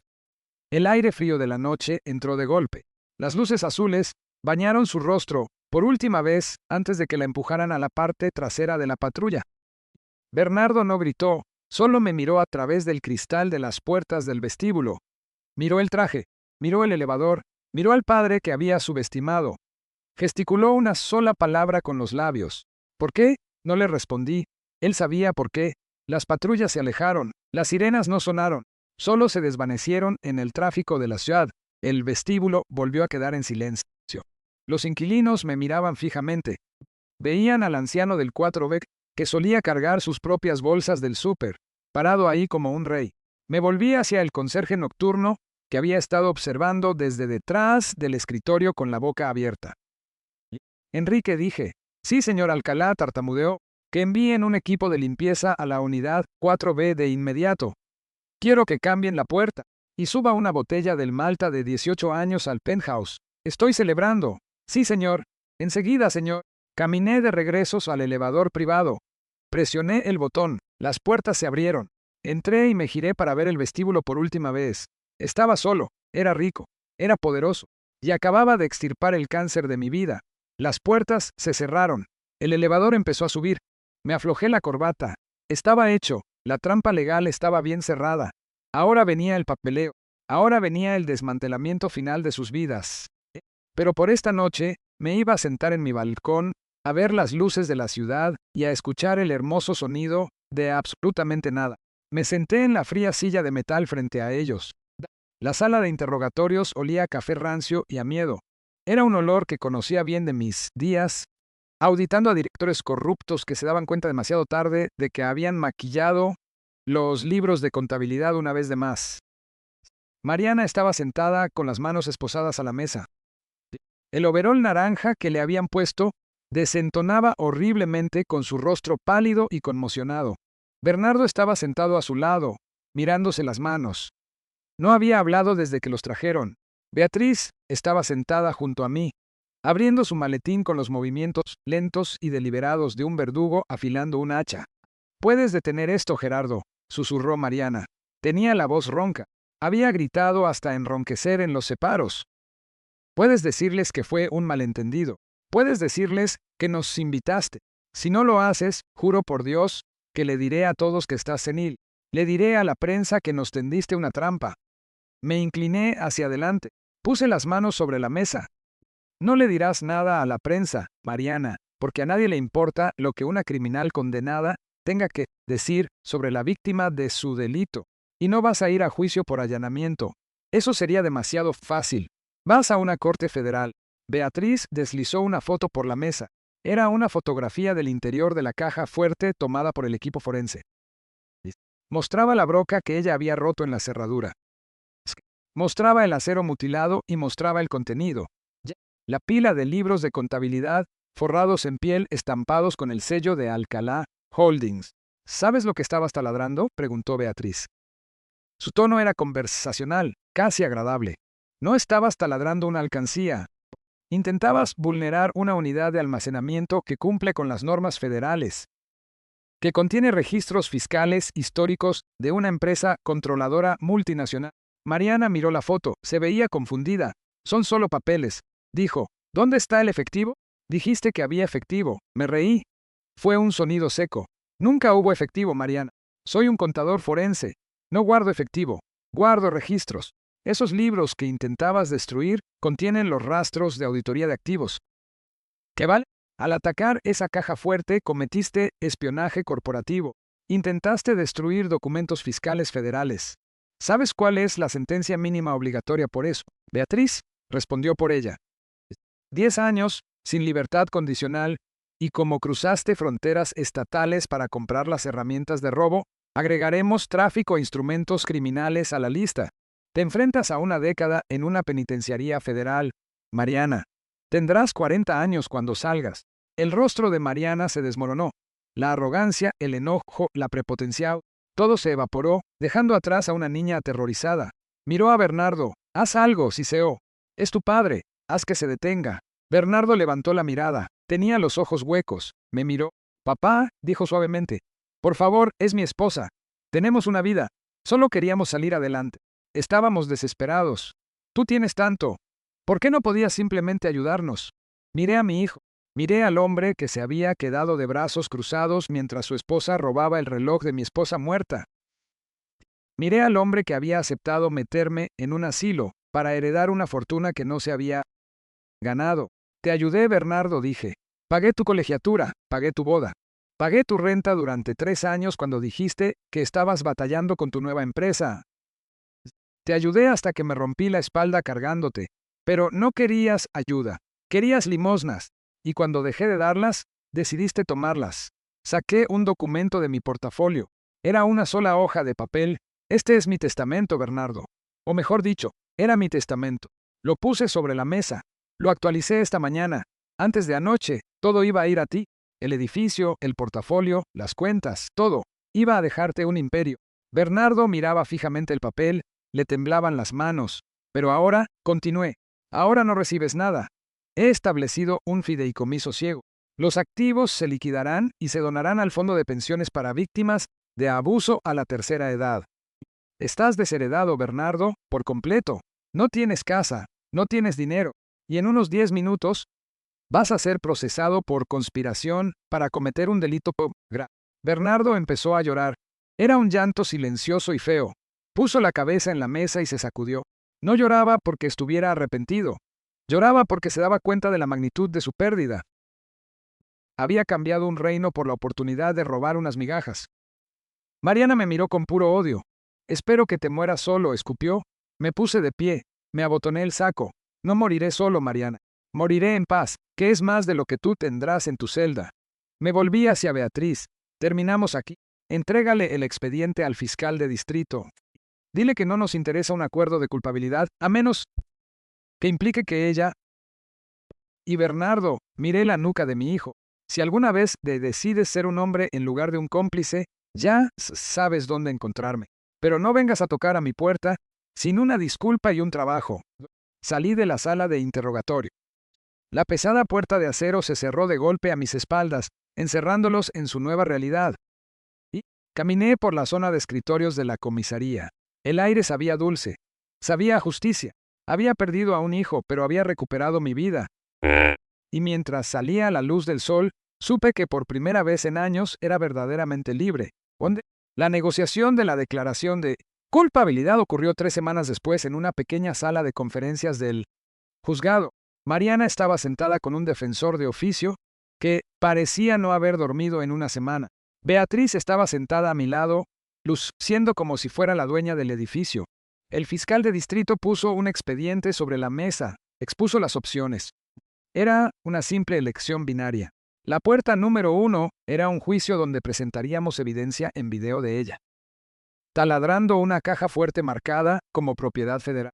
Ese camino terminaba en una sentencia obligatoria de 10 años en una prisión federal. La puerta número 2 era la oferta que Beatriz había redactado. Era brutal, era exhaustiva, estaba diseñada para borrarla de mi vida por completo. Mariana se declararía culpable de un cargo menor de intento de allanamiento. Cumpliría 18 meses en una prisión estatal, seguidos de 5 años de libertad condicional. Pero había condiciones civiles adjuntas a un acuerdo conciliatorio que desestimaría los cargos de espionaje corporativo. Tenía que firmar los papeles de divorcio de inmediato. Tenía que renunciar a cualquier reclamo de pensión alimenticias o bienes conyugales.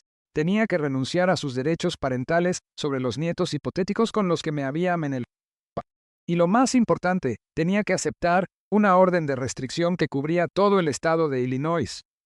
Una vez que fuera liberada, tenía 24 horas para cruzar la frontera del estado y no volver nunca más. Mariana lloró, rogó.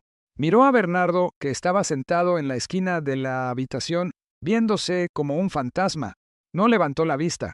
Él ya había firmado su propio acuerdo. Mariana firmó. La mano le temblaba tanto que la pluma rasgó el papel. Cuando los alguaciles se la llevaron, miró hacia atrás una última vez. Ya no había odio en sus ojos. Solo la vacía comprensión de que había apostado todo a un par de dos y había perdido contra una flor imperial. Bernardo esperó hasta que ella se fue. Caminó hacia la mesa. No pidió dinero. No pidió perdón. Solo preguntó qué pasaba después. Le entregué un boleto de autobús y una tarjeta enmicada. Compré una constructora en Dakota del Norte, Bernardo. Se especializan en colar cimientos de concreto a temperaturas bajo cero. Es trabajo duro. Es trabajo honesto. Paga el salario mínimo. Bernardo tomó el boleto. Miró el destino. Empiezas el lunes, dije. Vivirás en las barracas de la cuadrilla. Trabajarás 12 horas al día. Aprenderás lo que se siente ganarse un peso en lugar de esperar a que te caiga en las manos. Si aguantas un año, si me demuestras que puedes construir algo en lugar de solo tomarlo, hablaremos. Hasta entonces, estás por tu cuenta. Bernardo asintió. Se guardó el boleto en el bolsillo. Miró y por primera vez en años, vi un destello del niño que solía conocer. Gracias, papá, susurró. Salió de la habitación. No miró hacia atrás. Le esperaba un largo viaje en autobús y un camino aún más largo hacia la redención. Salí del juzgado solo. El aire era fresco. El sol brillaba. Respiré hondo. Se sentía diferente, más ligero. El peso del engaño había desaparecido. El peso del miedo había desaparecido. Tomé un taxi de vuelta a Sterling Heights. El conserje me abrió la puerta. Buenas tardes, señor Alcalá, dijo con una sonrisa. Fue genuino. Tomé el elevador privado hasta el piso 40. Las puertas se abrieron al silencio de mi santuario. Me serví una copa del vino de reserva que había estado guardando. La ciudad se extendía debajo de mí, un tapiz de luces y acero. El viento azotaba mi corbata, pero no me abotoné el saco. Me sentía fuerte, me sentía vivo. Saqué el reloj de bolsillo de Catalina de mi abrigo. La policía me lo había devuelto en una bolsa de evidencias. Pulí la caja de plata con el pulgar. Ya está hecho, Catalina, le dije al viento. La casa está limpia. Di un sorbo al vino. Sabía a roble, a frutos rojos y a victoria. Vi cómo el sol empezaba a salir sobre el lago, pintando el agua en tonos de oro y fuego. Tenía 71 años. Estaba solo, pero no me sentía solo. Tenía mi paz, tenía mi dignidad. Y por primera vez en mucho tiempo, esperaba con ansias el mañana. El sol rompió el horizonte. Un nuevo día, una nueva vida. Y esta vez, yo era el que tenía las llaves. A menudo nos convencemos de que la familia es un vínculo sagrado que debe sobrevivir a cualquier traición. Pero aprendí que los intrusos más peligrosos son los que tienen llaves de tu puerta principal. Tolerar la falta de respeto no es amor, es ser cómplice. Al trazar finalmente una línea firme en la arena, no solo protegí mi patrimonio, recuperé mi dignidad. Es una verdad muy dura. Pero a veces tienes que dejar que las personas que amas toquen fondo para que puedan aprender a sostenerse por sí mismas.